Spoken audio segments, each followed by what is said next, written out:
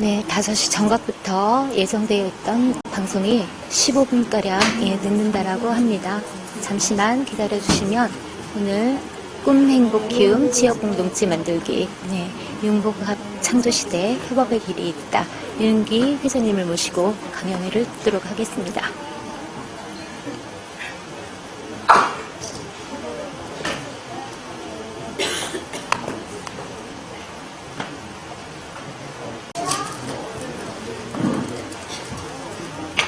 안녕하세요. 저 대치포럼 회장 김영선입니다. 반갑습니다. 이 토요일 오후 이 귀한 시간에 이렇게 저희 대치포럼에 같이 시간을 내주셔서 너무 고맙고요. 오늘 하여튼 저 훌륭한 강의가 될 수 있도록 우리 윤은기 회장님이 잘 해주시리라 믿고 이 지하에서 좀 올라오고 계시다니까 조금만 기다려 주시고요. 아직 오겠다는 걸로 약속했던 분들이 일부 안 오셔갖고 그렇긴 한데, 오시는 대로 진행을 하겠습니다. 전체적으로 보면은 1시간 반 정도 강연이 될 것 같고, 그 다음에 이제 끝나면은, 궁금한 사항이 많으실 거예요. 그래서 물어보시려도 좋고, 윤은기 강사님은 워낙 유명한 분이기 때문에 아마, 이렇게 혹시 궁금한 사항도 있을 것 같습니다. 그래서 해주시고, 그 다음에 김철호 원장이라고 여기 영어학원 원장이신데, 그분이 재능기부 강연회를 해요. 우리 학생들을 위해서. 그러니까 한국사를 영어로 재능기부 강연을 하는데, 우리 아이도 뒤에 앉아있는 건영이하고 옆에 제이도 이렇게 같이 들었지만은, 너무 아이들이 반응이 좋고요. 좋은 프로그램인 것 같더라고요. 그래서 재능기부를 하는 거니까 한번 이렇게 그럴 수 있도록 안내를 이따 할 겁니다. 예. 우리 윤 회장님 오셔갖고 제가 일단은 다시 시작하겠습니다.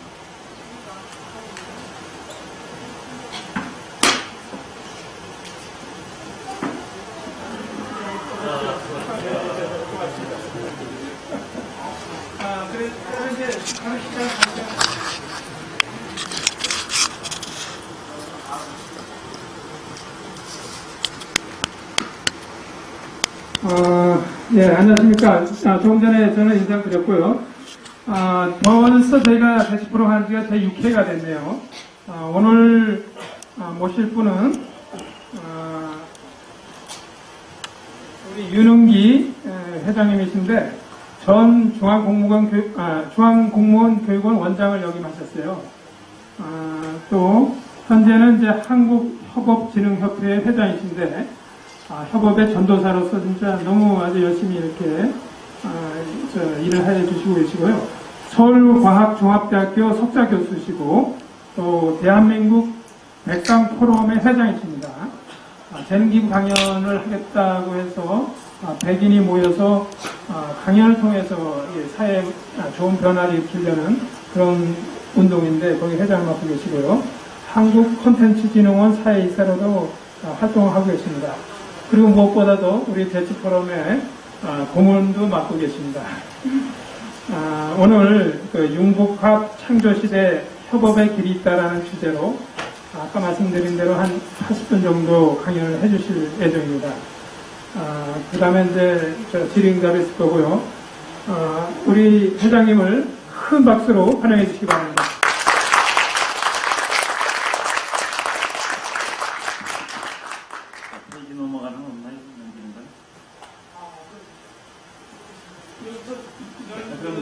좀 넘겨주세요. 반갑습니다. 저는 오늘 등산을 갔다가 지금 이제 하산을 하고서 오는 길입니다. 산에 올라갈 때 힘든가요? 내려올 때 힘든가요? 왜 그런가요? 네.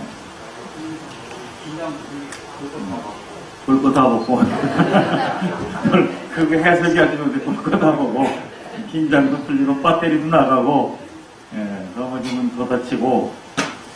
자, 좋습니다. 이제 어떤 관점, 세상을 바라보는 관점이나 사회적 가치가 있는데 오늘 제가 무슨 용어 자체를 협업이라는 용어를 잘 보시면 협업이라는 용어가 좀 익숙한 분도 계시고 또 조금 관심을 안 가졌던 분들은 협업이라는 말 자체가 너무 생소하다. 제가 한 1년 반쯤 전에 협업이라는 얘기를 해서 사람들이 협업이라는 단어가 있었어요, 그게? 협력하고는 어떤 차이가 있어요? 협동하고 다른 거예요, 이게? 영어로 뭐라고 얘기를 하는 거죠? 이렇게 해서 얘기하더니 또 어떤 분은 기왕 쓸 바에는 좀 듣기 편하고 호감이 가는 걸 쓰지, 이건 협업하니까 이렇게 돼서 딱딱하다는 분도 계시더라고요, 보니까. 자, 그러나, 제가 이제 말씀드리고 싶은 것은, 우리 귀한 회장님도 오시네. 네, 어서오세요. 그래서 제가 말씀드리고 싶은 것은, 이제 용어 자체는 좀 생소하긴 하지만, 피할 수 없는 길이다. 그리고 이거는 우리에게 엄청난 축복이다라는 결론을 미리 말씀드리고 시작을 하고, 여기에는 이제 사업을 하시는 분도 계시고, 또 조직에 계신 분도 다 계시지만, 또 퇴직하신 분도 있지 모르죠. 그러나 제가 볼 때는 누구에게도 피할 수 없는 신문명이다. 이런 전제하에서 얘기를 하겠습니다. 그리고 좀 좋은 것이, 저는 한 1년 6개월 동안 저희 잠 제대로 못 자가면서 온갖 것 뒤져가지고 이 협업에 책을 썼고, 그리고 이거를 쓸 때는 1년여 동안 공부한 것만이 중요한 게 아니라 30여 년간 지식산업 종사한 거 다 뭉쳐서 쓴 거예요. 그런데 이거를 이렇게 80분 만에 싹 소개해드리니 얼마나 좋은 세상입니까? 80분 다 안 할지도 몰라요. 시간이 중요한 건 아니기 때문에. 자, 그럼 바로 들어가죠. 결론을 미리 얘기합니다. 오늘 시간을 절약하기 위해서. 협업이라는 것은 2개 이상의 개체가 서로 다른 전문성을 결합해서 새로운 가치를 만들어내거나 메가 시너지를 내는 거예요. 자, 뭐 이제 용어가 좀 정리가 되나요? 자, 혼자는 안 됩니다. 2개 이상의 개체가 인간이든 조직이든 국가든 간에 2개 이상이 서로 다른 전문성을 결합해서 새로운 가치를 만들어내거나 메가 시너지, 그냥 시너지가 아니고 메가 시너지를 내는 것을 협업이라고 한다. 자, 그러면 여기서 이제 새로운 용어로 설명해야 되니까 메가 시너지가 뭐냐? 1 플러스 1은 2 플러스 알파다. 2 플러스 알파를 시너지라고 해요. 시너지 이펙트 또는 시너지라고 하는데, 제가 MBA 과정을 아주 오래전에 처음에 경영학 공부 석사과정 들어갔더니 경영학을 하는 이유가 뭐냐, 또 경영을 하는 이유가 뭐냐, 시너지 때문에 그렇게 하는 거예요. 그러니까 1 플러스 1은 2 플러스 알파라는 시너지가 나와야지 1 플러스 1이 2가 되면 경영할 필요 없다는 거죠. 뭘 하냐고. 사람이 모여서 경영자원을 섞었더니 시너지가 나와. 단순 합성보다 큰 게 나와. 그래서 1 플러스 1은 2, 3, 4, 5, 6, 7, 8, 9가, 3, 4, 5, 6, 7, 8, 9가 되는데, 8, 9를 내는 사람은 고수고, 3, 4밖에 안 나오는 사람은 하수고, 경영자 자격이 없는 거죠. 그래서 어떤 분이 그럼 4, 5 내면 죽으십니까? 자, 어쨌든 간에. 그러니까 이게 이제 시너지가 이런 건데, 지금 메가 시너지는 뭐냐면, 1 플러스 1을 했더니 50, 100, 200 이렇게 튀어나오는 거를 메가 시너지라고 해요. 한 번도 생각해 본 적이 없어요, 사람들이. 왜냐? 배꼽 참여라고 해봐야, 배꼽이 아무리 커봐야 몸통보다 크겠어요, 이게. 근데 생각을 못 했었는데, 이게 갑자기 뭐냐면, 이게 본체보다 이게 시너지 효과가 더 커지네. 이거를 메가 시너지. 메가 붙은 건 많이 있죠. 메가 품격이다, 메가 스터디도 있고, 뭐 여러 가지가 있는데, 요새 메가 생태계라는 말도 있는데, 그래서 왜 이게 가능한가? 이따 설명하겠지만, 그러나 결론을 바로 말씀드리면 이런 거죠. 구글, 애플, 알리바바, 메가 시너지 낸 겁니다. 10여 년 만에, 예를 들어 100년 된 기업을 단숨에 제너럴 일렉트릭을 뛰어넘는다. 왜 가능하냐? 메가 시너지 때문에. 그럼 메가 시너지가 왜 가능하냐? 비슷한 자원을 결합시키면 단순 시너지밖에 안 나오는데, 서로 다른 자원을 결합시키면 메가 시너지가 나옵니다. 자, 그런데 다음 자부터 첫째, 왜 협업인가? 메가 시너지를 내기 위해서. 1 플러스 1이 2 플러스 알파가 아니라 어마어마한 것이 실제로 창출이 가능하고 수많은 사례가 있습니다. 메가 시너지 시대. 자, 그래서 첫째 그 말씀을 드렸고, 아주 중요한 또 한 가지 설명을 드렸는데, 앞에 계신 분들은 답변에 대한 건 아시죠? 네. 대신 뭐 어려운 질문을 전혀 없습니다. 자, 소주와 소주를 섞으면 맛이 달라져야 안 달라져요? 안 달라요. 예, 맥주와 맥주 섞으면 달라져야 안 달라져요? 달라요. 맥주와 맥주를 섞으면. 안 달라요. 맥주와 소주를 섞으면. 맛있어요? 처음. 확실한 분 나오셨군요. 박수 한번 보내주세요. 아주 박수 한번. 아니, 이제 강의장이 들어오면 적극적으로 참여를 해야 돼요. 자, 그러니까 소주에 소주를 부으면 맛이 안 달라져요.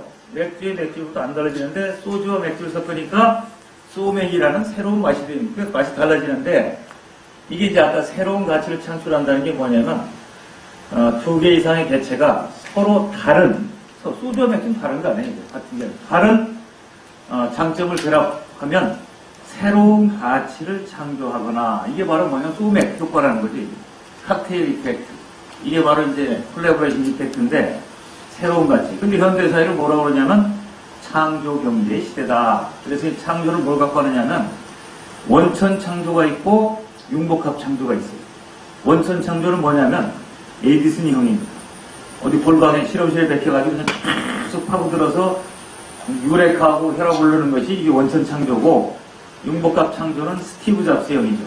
스티브 잡스는 사람들이 나보고 창의력이 뛰어나다, 매우 창조적인 사람이라고 얘기하는데 그 소리 들을 때마다 속으로 좀 부끄러워. 심지어 제의식까지 들어. 왜냐? 내가 창조한 거 아무것도 없어. 나 에디슨 아니야. 그럼 뭐야? 이미 있는 거를 결합시켜서 새로운 걸 만들었을 뿐이야. 그러니까 스티브 잡스는 융복합 창조, 그 다음번에 에디슨은 원천 창조. 그럼 현대사회에서 어느 쪽이 더 많겠어요, 지금? 융복합 창조가 최하 90% 이상이지, 최하. 지금 박근혜 정부 들어와서 얘기하는 창조경제라고 하는 것도 융복합 창조로 하자. 기존 산업에 ICT를 결합하든가, 대기업과 중소기업 결합하든가, 이업종 결합하든가, 이런 얘기 아니에요, 지금. 그러니까 자, 이미 결론이 화끈하게 이제 시작이 됐는데, 협업이라는 게 뭘까? 근데 협업을 하니까 어떤 어때요? 엄청나게 좋은 것들이 생깁니다. 좋은 게 바로 뭐냐면, 메가시는 듣기만 해도 가슴이 뛰어. 메가시너지가 몇 개 만나면 어떤 일이 벌어지냐? 퀀텀 점프라는 게 나타나요. 퀀텀 점프라는 용어도 많이 들으시죠? 비약적 발전, 퀀텀 점프. 퀀텀 점프를 우리말로 번역을 잘 못하더라고요. 이제 어떤 대학교에 가서 젊은 학생들한테 퀀텀 점프 우리말로 번역해봐. 이렇게 물어봤더니 바로 나오던데 보니까. 완전 대박. 아주 괜찮은, 아주 역시 젊은 애들이 머리 팍 꺾더래. 퀀텀 점프가 왜 가능하냐? 이것도 융복합 창조일 때만 가능해요. 자, 그래서 좋은 점은 이런 건데, 그럼 이게 이제 나타나게 된 원인을 진단해볼게요. 자, 이제 교환 한번 넘겨보시죠. 자, 넘기고, 이게 이제 첫 번째, 그럼 왜 이런 것들이 벌어졌느냐? 현대사회를 하이퍼 커넥티드 소사이어티, 초연결 사회라고 얘기합니다. 지금 문과, 이과 경계가 없어요. 제가 고대 심리학과를 나왔는데, 마침 며칠 전에, 어제 그저께 졸업식 할 때 와서 후배들한테 축사를 해달라고 선배가 와서. 그래서 갔어요. 갔더니 그 고대 학사, 석사, 박사를 배출한 거네. 학위 수혜식이니까. 근데 보니까 여기 주황색 칼라 있는 그 후드를 입은, 가운을 입은 사람도 있고, 흰색도 입은 게 있어서 제가 물어봤어요. 왜 이렇게 두 개가 색깔이 다르냐? 같은 학과를 나왔는데, 그랬더니 뭐라고 얘기를 하냐면, 본인이 전공과 원하는 데에 따라서 심리학사를 주기도 하고, 심리학 학위를 주기도 하고, 이학 학위를 주기도 한다는 거예요. 그러면서 이거는 심리학과의 특성이 참 묘하죠. 이렇게 교수가 설명하더라고요. 그러니까. 임상심리학 같은 건 어때요? 이과 안 따라가요. 의대에 가깝고요. 그러니까 그거는 이과 학위 주는 게 맞죠. 사회심리학, 문과죠, 이거. 그러니까 여러분 잘 보시면 심리학이라는 것도 딱 잡아 얘기할 수 없어요. 그 다음에 제가 MBA를 했으니까, 예를 들면은, Financial Engineering, 금융공학. 그건 문과에 이과예요. 거의 제가 보면 이과에 가까워요. 금융공학은. 근데 지금 뭐냐, 문과와 이과가 서로 결합되는 현상이 나타납니다. 자, 그것뿐만 아니죠. 동양과 서양이. 그 다음번에 문화, 예술과 경영이 거침없이, 자, 기술과 예술이 이렇게 결합되는 걸 뭐라고 말하냐면 융복합. 여기 써있지만 컨버전스라고 얘기하고, 때로는 크로스오버, 때로는 하이브리드, 또는 퓨전, 컨실리언스라는 통섭도 사실은 융복합을 얘기합니다. 근데 이제 따로따로 얘기하니 헷갈리니까 이걸 다 합쳐서 사람들이 뭐라고 정의를 하냐면 초연결, 하이퍼 커넥티드 소사이티라고 얘기하고, 한 문장으로 뭐라고 얘기를 하냐면 everything is connected. 이 세상 모든 것은 상호 연결되고 있다. 이렇게 얘기를 하죠. 이건 실감 나죠, 이게. 자, 다시 이쪽에 질문 거라면. 어려운 질문 아무것도 없어요. 저는 이런 질문 안 합니다. 유엔이 지금 현재 가입부가 몇 개 국가지 이런 질문 안 해요. 그런 질문하면 벌써 놀랬잖아요. 그런 질문하면 대답 못하면 뭐 쪽팔리는 거지. 그런 질문하면 무슨 색깔 좋아해요? 그거 뭐 아주 즐겁게 답변할 수 있죠. 그리고 노란색 답 좋아한다고 해서 뭐 이상한 것도 없잖아요. 뭐 파란 거 관계없이 질문 전혀 어려운 게 없어요. 자, 어려운 게. 자, 그럼 이렇게 초연결 시대라는 것은 맞는데 이것이 인류에게 좋은 거야, 안 좋은 거야? 좋은 거죠? 그 말 맞아요, 틀려요? 맞죠? 자, 그러면 저 인류에게 좋은 거야, 안 좋은 거야? 장사집니다. 그 말 맞아요, 틀려요? 네, 다 맞는 거예요. 자, 그러니까 이제 마음 놓고 답변하시면 돼요. 이렇게 인류 역사상 최대의 융복합이 벌어지는 것은 좋은 점만 보면 축복이에요, 축복. 이미 설명했잖아요. 메가 시너지, 융복합 창조. 얼마나 축복이에요. 이야, 여러분 스마트폰 어때요? 그게 전화기입니까, 그게? 전화야, 텔레비전이야, 아니면 뭐, 이 컴퓨터야, 아니면 통신이 뭐, 이게 융복합하네, 이게. 얼마나 편리해, 이게. 자, 그래서 좋은 점이 있는 반면에 안 좋은 점도 있죠. 안 좋은 점이 뭘까? 지금까지는 분화되어 있고 전문화되어 있고 영역이 딱딱 구획이 되어 있던 것들이 경계가 열림으로 해서 만나잖아요. 이제 이질적인 게 만나니까 충돌, 마찰, 갈등, 그 다음번에 혼돈 이런 게 나타나요. 그래서 이걸 뭐라고 말하냐면 혼돈과 모순의 시대다라고 얘기합니다. 현대사회는 그런 얘기 많이 하잖아요. 혼돈과 모순의 시대. 이거 왜 이렇게 헷갈리는 거야? 이거 왜 이렇게 시끄러운 거야? 왜 정신이 없는 거야? 이것도 뭐야, 이거는? 자, 이것도 아닌 것이 저것도 아닌 것이 이런 얘기가 많아요, 이게. 이게 배도 아닌 것이 비행기도 아닌 것이. 왜냐면 물 위에 다닐 때는 배였는데 갑자기 또 뜨기도 하고 말이죠. 결합돼 있으니까. 배와 비행기가. 그래서 이런 융복현상에 가져오는 혼돈과 모순이 엄청나게 많습니다. 자, 모순이라는 단어의 어원을 아시죠? 창과 방패.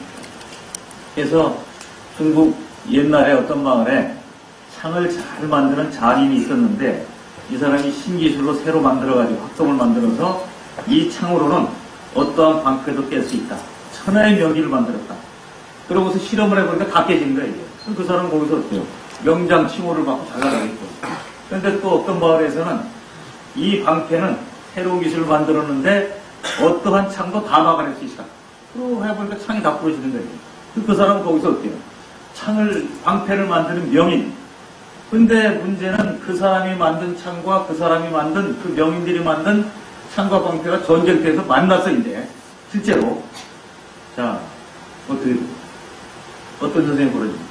그 창과 방패가 만나면 창이 부러져야 돼, 안 부러져야 돼? 무승부? 무승부는 없지. 자, 그 다음에 어떻게 돼요? 둘 중에 하나를 깨져요. 깨지면 그런데 명제가 어때요? 논리가 맞아요, 안 맞아요?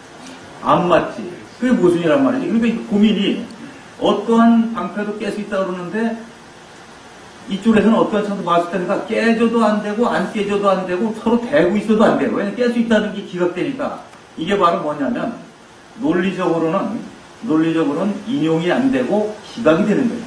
근데 현실적으로는 현상은 그 창과 방패는 만날 수 있어요, 없어요? 만날 수 있단 말이죠, 실제로. 각각 있을 때는 어때요? 분명히 맞았는데 명백한 진리인데 이 진리가 두 개가 와서 만나봤더니 논리적으로 기각돼버려요, 이게. 이런 현상이 무수하게 나타나는 걸 뭐라 하냐면 모순의 시대라고. 패러독스의 시대. 일상적으로 모순의 시대. 많죠. 그러니까 사람들이 옛날에는 어때요? OX. 다음에서 맞는 것을 고르시오. 1, 2, 3, 4개 하나 지금 이거를 하고 살아왔는데 이거 뭐야, 이거 도대체 이거. 이게 맞는 거야, 틀리는 거야, 어떡하라는 거야, 이거. 왜 이러는 거야? 여기 이제 멘붕에 빠지네. 멘붕이라는 단어 아시죠, 이제. 멘붕에 빠져가지고 이거 안 되겠다 해서 나타난 게 뭐냐면 융복합 통찰력이 필요하겠구나 하고 제일 처음에 찾아낸 것이 바로 뭐냐면 인문학적 통찰력. 인문학은 정답이 있는 게 아닙니다. 그거는 인사이트. 그야말로 이제 통찰력을 기르려고 하는 겁니다. 인문학의 본 기둥은 3대 기둥은 문사철입니다. 문학, 역사, 철학. 자, 그래서 고전 문학에 보면 통찰력 인사가 깊이 들어가며, 그 다음에 역사적 통찰력과 성찰을 기르자. 그 다음번에 철학, 인간의 본성을 다루는 철학, 이렇게 해서 우리나라에 10여 년 전부터 이제 너무 융복합과 거기에 따른 모순 갈등이 나타나니까 인문학 붐이 일어난 거죠. 뭐 제일 먼저 서울대 인문학 최고위 과정, 김진기가 있어요. 그 다음에 인문학 과정. 아마 제가 올 땐 여기도 뭐 강남 대충 여기도 아마 인문학 강사 초청했을 거예요. 그동안. 그리고 심지어는 백화점 문화센터에도 인문학 강사가 여기 되게 많이 생겼어요. 자, 그리고 그 타이틀이 너무 재밌어요. 혼돈과 모순의 시대, 인문학의 길을 묻다. 이렇게 되게 써있더라고요. 그러니까 제가 유심히 봤더니 혼돈과 모순의 시대, 인문학의 길을 묻다. 그리고 공부 엄청 해가더니 요새 결론 나왔어요. 인문학에서 길을 잃다. 이게 아주 끝내주는 결론이 나온 거예요. 왜 그렇게 했어요, 이게? 왜 그렇게 했어요? 아주, 그래서 이제 예를 들어서 단테의 신곡부터 고전문학 100권, 고전문학 100선을 읽으면 여러분들 인사이트가 확 늘 것 같아요? 더 복잡해지고. 역사적, 로마 역사부터 쫙 우리 한국 역사 세계에서 다 배우면 더 명료해져요? 다 봤더니 그 안에 또 다른 모순이 있어. 인간은 한 번 믿으면 끝까지 믿어야 된다. 그래서 성공한 사례가 있어. 끝까지 믿었더니 배신한 때리고 어때요? 충성을 다하고 자기 목숨까지 내놔서 결정적으로 그렇게 해서 나라를 지킨, 또 나라를 구한 이런 사례가 있는가 하면 또 어떤 게 있어요? 인간은 그 누구도 믿어서는 안 된다. 자, 그리고 실제로 보면 상대방이 심어놓은 뭐가 있었는데 불구하고 이거를 그 끝까지 잘 봤기 때문에 막아낸 사례가 있어요. 인간은 끝까지 믿어야 된다. 인간은 끝까지 믿지 말고 잘 살펴봐야 된다. 어떤 게 맞나? 둘 다 맞아. 미치겠네. 미치겠어. 둘 다 맞아. 그럼 뭐 어떡하란 말이야? 내가 이제 실제로 의사결정 해야 되는데 내가 사람 써야 되는데 이런 일들이 무지하게 많으니까 인문학에서 오히려 길을 잃다라는 문제가 또 나와요. 이게 제가 이제 그런 생각을 합니다. 인문학 공부를 혼자 독학한다고만도 기분 안 같아요. 그래서 이제 인문학 같은 거는 전문가들한테 제대로 들으면서 하고 인문학 공부를 왜 하는지 근본적인 문제를 내가 인문학 공부를 정말 왜 하는 거야? 인간의 본성이 뭐야? 인간의 본성을 배우려고 해야지. 제일 멍청한 짓이 뭐냐면 인문학에서 정답 찾으려고 하는 사람. 정답을 찾으려고 하는 게 아니라고.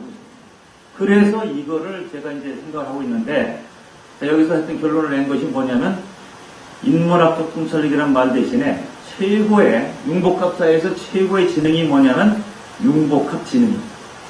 융복합 지능이 있는 사람은 앞으로 살아요.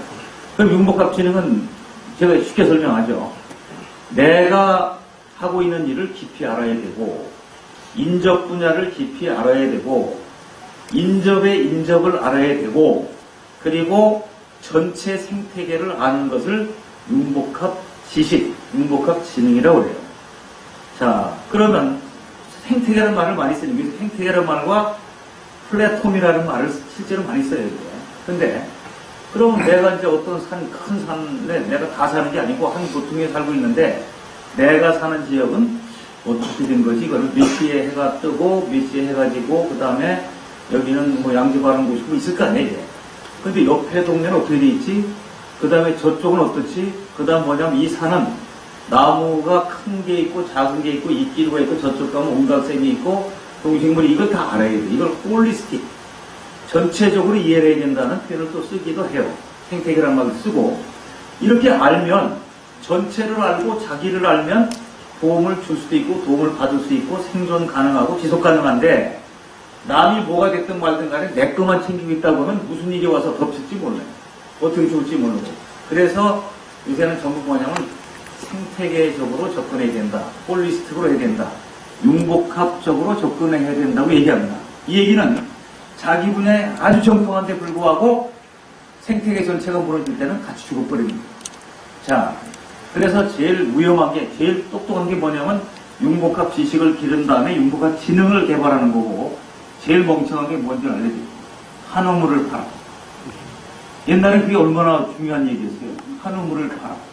요새는 뭐냐, 한우물을 깊이 팔아. 그러면 빠져 죽는다. 죽으려면 파야지, 죽으려면.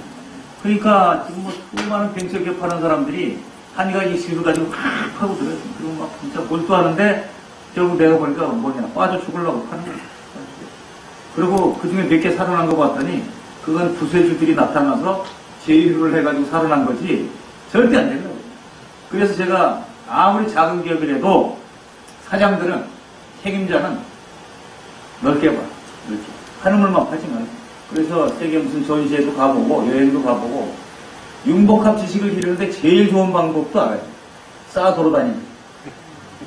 쌓아 돌아다니는 사람 보세요. 세계적으로 쌓아 돌아다니면 세계적인 안목이 생기고 전국적으로 쌓아 돌아다니면 전국적인 안목이고 어쨌든 쌓아 돌아다녀요.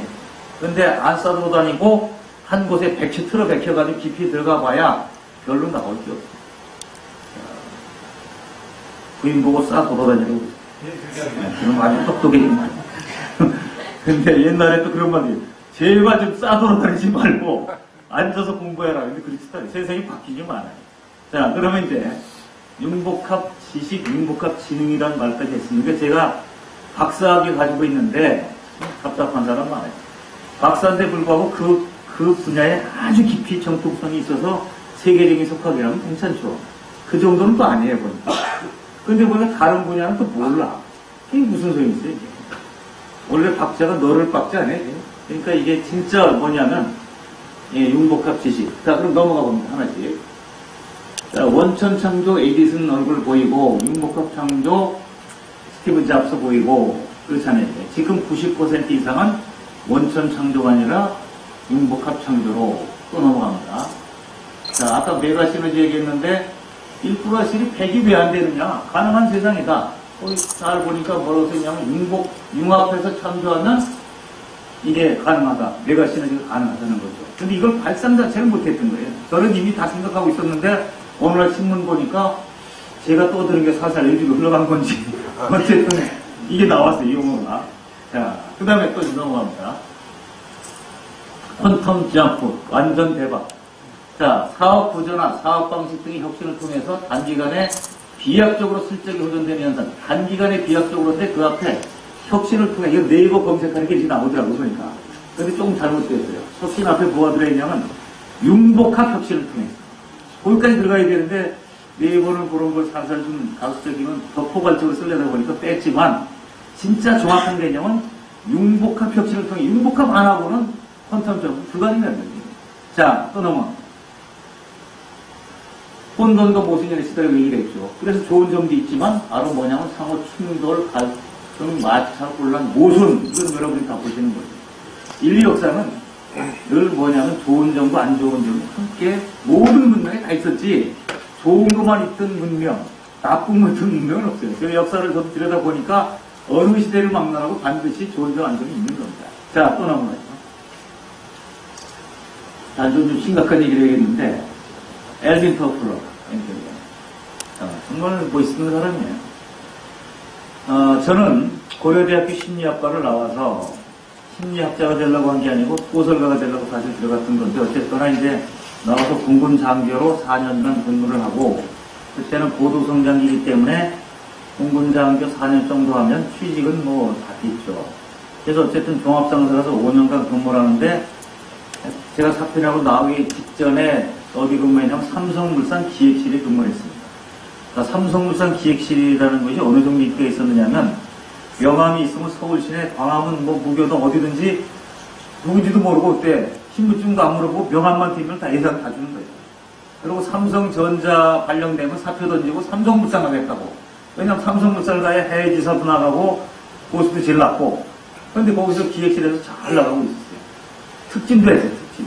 자, 그러니까 이제 저는 충청도 촌사람인데 뭐 고대 나와서 장교 생활하고 그 당시 최고의 직장에서 그것도 기획실 서로 가고 싶어 하는데 가서 특진까지 하고 있으니까 얼마나 좋아요. 근데 늘 마음속으로 뭐냐면 근데 사람이 이제 운명이라는 게 있는 거죠.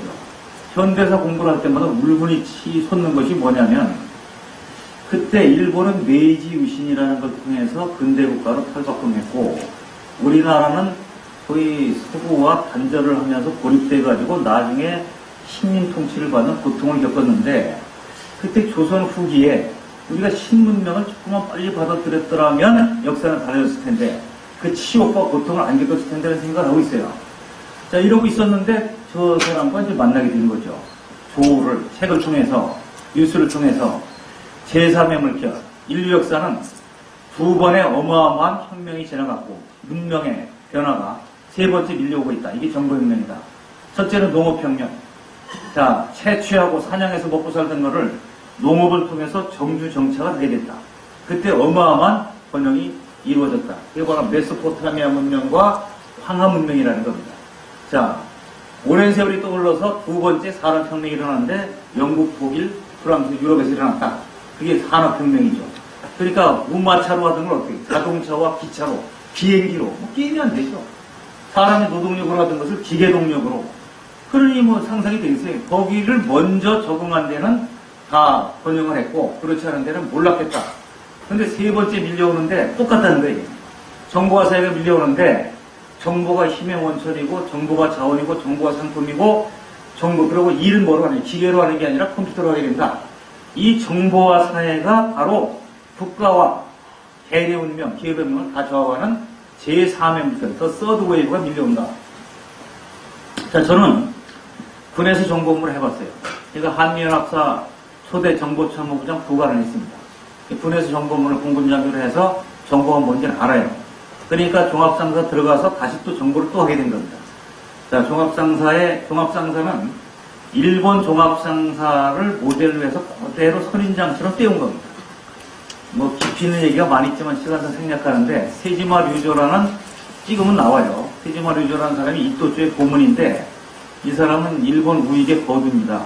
그리고 국정을 주물럭거렸던 사람인데 이 사람이 박정희 대통령을 찾아가서 한국 경제가 살아나려면 무역밖에 없는데 무역은 개별 기업하고는 도저히 안 되니 일본 종합상사 모델을 그대로 쓰면 한국이 무역량이 늘어나고 경쟁력이 좋아진다. 국가는 작지만 무역 창구만은 제대로 키워야 된다 해서 일본 종합상사 모델을 하라고 제출하는데 이걸 뭐라고 그러냐면 세지마 보고서라고 그래요. 일명 세지마 보고서. 이걸 박정희 대통령이 받고 이낙선 상공부 장관한테 오다를 줘서 이게 바로 이제 뭐냐면 한국 종합무역상사법이라는 게 생기고 그때 이제 9대 종합상사가 생기는 거죠. 그래서 여기다 다 몰아준 거죠. 수출은 여기를 통해서 해라. 이렇게 된 거죠. 그게 엄청나게 이제 도움을 받았는데 그 세지마 류조가 소위 말하는 아주 엄청난 옛날에 대박났던 그 불모지대라는 소설의 실제 주인공이 바로 그 세지마 류조입니다. 이게 우리나라에 몇 번 왔었어요. 자, 어쨌든 간에 저도 이제 그 세지마 보고서도 보고 일본 종합상사를 연구를 깊이 할 수밖에 없죠. 거기서 왔으니까 봤더니 종합상사는 3대 기능이 있어요. 거래 기능, 금융 기능, 정보 기능. 거래 기능은 뭐냐? 수출입하는 것 자체를 얘기하고 무역. 두 번째는 금융 기능. 은행보다 막대한 돈을 가지고 움직여요. 세 번째는 정보 기능. 라면에서 미사일까지, 아프리카 오지에서 뉴욕까지 모든 정보를 입수를 하면 이 돈벌이가 되는지 안 되는지를 본 다음에 돈벌이 된다 싶으면 막대한 돈을 집어넣어서 거래를 해가지고 차익을 먹는 것이 일본 종합상사입니다. 자, 종합상사 상대 기능 얘기했어요. 자, 거래 기능, 금융 기능, 정보 기능. 뭐가 제일 중요할 것 같아요? 정보 기능. 정보가 없으면 불가능해집니다. 그러니까 정보 기능이 최고예요. 근데 정보 기능이 뭔지를 아무도 이해를 잘 못해요. 왜냐면 가려진 영역이기도 하지만 정보 전공자는 없지 그 당시에. 근데 저는 공군 장교로서 한미연합사 정보참모부에서 근무를 해봤기 때문에 정보에 관한 기본 지식은 완전히 갖춘 사람이죠. 그러니까 저는 꿰뚫어 본 거예요. 제가 논문도 뭐냐 나중에 한국 종합무역상사 정보 기능에 관한 연구 이런 논문을 쓰고 책도 냈어요. 매일경제에서.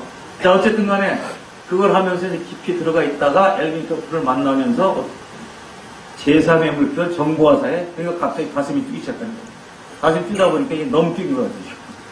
너무 뛰어서 뭐냐면 안중근 의사와 윤봉길 의사는 조국 해방을 위해서 목숨을 던졌는데 이거 지금 안 되겠다. 그때는 근데 그거 왜 잃어버린 국가를 찾으려고 목숨을 던졌는데 왜 잃어버리게 된 거야? 왜 잃어버리게? 제2의 물결을 못 타서 잃어버린 거 아니야. 요번에 제3의 물결을 누군가 잡아야 돼, 누군가. 그래서 제가 마치 기분에 뭐냐면 안중근 의사, 윤봉길 의사 같은 기분으로 한국의 제3의 물결은 내가 어쨌든 나가서 한번 끝장을 내겠다. 용감한 겁니까? 무모한 겁니까? 두 개 다 마찬가지인데 그래도 좋게 답변해 주셔서 감사합니다. 그래가지고 여의도에다가 정보전략연구소라고 차렸어요. 필지금 받아가지고 차려서 여직원 뭐 잘하는 후배 몇 명 데리고 차렸는데 잘 됐을까요? 안 됐을까요? 1983년에 차렸어요. 이름이 뭐냐? 정보전략연구소. 자, 여의도 백화점 옆에 오림빌딩이라고 있는데 거기 하나 사무실 내가지고 대한민국의 제3의 이끌겠다. 참 겁이 없어. 나이 30대 초반이었는데 차려가지고 제일 먼저 뭐냐, 인재 육성부터 해야겠다. 산업정보학교, 스쿨링, 세미나, 워크샵, 그 다음에 기업체 가서 개별 교육, 정보관리 시스템 개발, 이런 의욕을 가지고 열심히 이제 안내도 하고 찾아가서 설득도 하고 한경대병에 광고도 내고 난리를 쳤죠, 이제. 자, 고객이 와야 되는데 고객은 안 와요. 영등포 경찰서 정보과 형사가 옵니다. 왜냐면 정보전략이 형사니까 이게 뭐야 이거 도대체 이거. 슬슬 가서 뭐 하는 겁니까 하고 슬슬 정부에서 특유의 자세가 있어요. 이렇게 냄새만 들어오듯이. 그렇게 해서 왔더니 뭐 장교 출신이고 뭐 운동권 출신도 아니고 멀쩡한데 이게 도대체 뭐 하는 거냐 했더니 아 이런 거예요? 이거 중요한 거네? 잘 해보세요 그럼. 이제 알고 가서 보고가 있겠지. 이게 뭐 문제 없는 단체인. 자 어느 날은 또 산업정보학교 뭐 하여튼 그런 워크숍 정보관리 냈더니 안기부에서 하는 겁니다. 저는 가슴이 뛰었어. 드디어 이제 국가기관은 그래도 이해하는구나. 정보를 다루는 시간. 그랬더니 뭐라 그러냐면 아침에 광고 내셨죠. 예. 앞으로 정보전략연구소라는 말을 쓰지 마세요. 이것도 무슨 소리야 이게. 왜요? 국가기관으로 오인될 소지가 있기 때문에 안 쓰는 게 좋겠습니다. 아니 그걸 정보라는 단어를 국가에서 독점해야 될 이유가 있습니까? 그리고 일본에는 정보연구소 많이 있습니다. 그리고 제3의 정보화세라는 말이 다 밀려오는데 그걸 쓰지 말라고 하는 근거가 있습니까? 꼭 따졌죠. 젊은 열기니까. 그때마다 활발할 때고. 그래서 서로 언쟁이 좀 붙었어요. 그랬더니 나중에 아주 알아듣기 쉽게 설명하더라고요. 우리가 하지 말라면 안 하는 게 좋은 겁니다. 얼마나 알아듣기, 처음부터 얘기를 해야지. 얼마나 알아듣기. 그때는 뭐, 안기부라는데 파워가 어마어마한 때거든, 이게. 그 얘기 들으니까 금방 알아들었어요. 뭐라 잘 알고 있습니다. 알아들었으니까. 그래가지고 이제 뭐 화가 머리끝까지 낮춰서도 그래서 그냥 여기서 한참 퍼마시고 이야 이 더러운 놈의 세상 정말 이거 뭐 좀 하려니까 왜 이렇게 못하게 하는 데가 많은 거예요 이거예요. 근데 그날 술 한잔 마시니까 머리가 잘 들어가는 거예요. 바로 해결했어요. 앞에다 단어 하나 붙였어요. 경영정보전략연구소. 그러니까 뭐 아무 문제 없더라고 그러니까. 자, 그냥 그런 식으로 해가지고, 2년 정도 열심히, 제 생애에 정말 최대 열심히 하듯이 열심히 뛰어가지고 완전 망했습니다. 2년간 열심히 뛰어서 어떤 형상이 됐느냐, 절벽에 매달렸어요. 아주 어마어마한 놈이 절벽에 매달렸는데, 위로 올라갈 기운은 전혀 없고, 그 다음번에 버틸 힘은 없고, 밑에 쳐다보니까 끝모를 추락점이 있고, 그러니까 결국 이제, 돈도 빌려다 많이 박아봤는데 잘 된다는 보장도 없고 그 다음번에 불확실성이 제일 무서운 거더라고 보니까 시간이 갈수록 더 깨먹을 수밖에 없고 그게 힘이 빠질 수밖에 없고 드디어 이제 나는 내 인생을 자승 잡아 내가 멀쩡한 직장 다니면서 때려치고 와서 이제 죽을 길을 스스로 묘혈을 받거나 이러고 있는데 귀인이 나타난 것이 엘빈 토플러 1985년 초가을 한국 최초로 왔어. 엘빈 토플러. 그때 정말 VIP가 아니야. VVVIP가 뭐 세계적인 미래학자 엘빈 토플러. 그때만 해도 저런 얼굴이 아니고 정말 또 아주 멋있었어요. 자, 그래서 와가지고 일주일을 강의라고 하는 일주일. 일주일간 청와대 예방. 자, 그 다음번에 뭐냐면 전경련 상공회의소 뭐 하여튼 대학교 난리가 나고 그 다음번에 부산 가서도 강의하고 텔레비전 신문이고 뭐 그 주는 완전히 엘빈 토플러 위크가 된 거예요. 이거 난리를 치고서 일주일 만에 갔어요. 가고 나니까 사람들이 한국도 예의가 아니구나. 맞아 이거. 신문 다 도배하고 있으니까 어떻게 하는 거야 이거. 이제 아는 거예요 그때. 근데 한국에서 이거 정보관리 어떻게 하는 거야. 정보화세 뭐해 이제. 이거 하는 사람은 하나밖에 없으니까. 그래서 그때부터 삼성, LG 뭐 전부 다 포스코 찾아와서 정보관리 어떻게 하는 겁니까. 우리 교육시켜달라. 사람 보내겠다. 산업정보학교 막 난리가 난 거죠. 산업정보학교라는 게 간단한 게 아니에요. 일주일 합숙시키면서 풀로 교육을 시켰어요. 정보화세는 무엇인가, 정보관리 어떻게 하는가, 정보 분석 평가까지 다 있어요. 합숙을 하면서. 그 과정 마친 사람이 지금도 가끔 만나는데 정말 대단한 학교였다고 얘기합니다. 일주일에. 그리고 저를 보면 거의 미친 사람인 줄 알았거든요. 부국의 일념으로. 그 돈 벌라고 한 게 아니고 완전 미쳐 정부와서 해. 우리는 지금 정말 이제 새롭게 국가를 살려야 된다. 자, 그렇게 됐는데 엘빈 토플러가 다녀간 다음에 완전 대박이 나가지고 그 후에 1년 만에 지금까지 깨먹은 거 다 벌고 그 이상 더 벌고 그러고서 정말 탄탄대로로 가게 되는 거예요. 엘빈 토플러. 저한테는 은인이죠. 뭐 본인이 몰라서 그렇지 저는 했던 그런 게 있질 않거든요. 본인은 뭐 꿈에도 생각을 안 할 테니까. 자, 이 엘빈 토플러가 저한테 그런 영향을 미치더라고요. 인간이랑 참 인연이 꼭 이렇게 실제 만나서만이 아니라 그런 경우도 있어요. 이분을 2, 3년에 한 번씩 계속 초청 강연을 하더니 요새 안 부르잖아요. 안 부르는 이유가 뭐예요? 가치가 떨어진 거예요. 세상은 그렇게 끝나버렸어. 끝나니까 더 이상 뭐 물어볼 것도 없고 와서 들을 것도 없어. 마지막 왔을 때 한 얘기가 뭐지? 정부 와서 얘기를 하다 보니까 한국이 더 튀어나가 버렸어. 더 튀어나가니까 이게 뭐 할 얘기가 없잖아요. 제일 마지막으로 한 얘기가 있어요. 조만간 통일이 되기를 바란다고.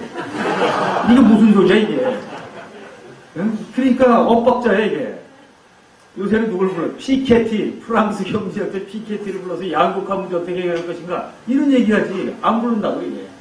이 얘기는 뭐냐? 첫 번째 얘기는 제3의 물결은 완전히 끝났습니다.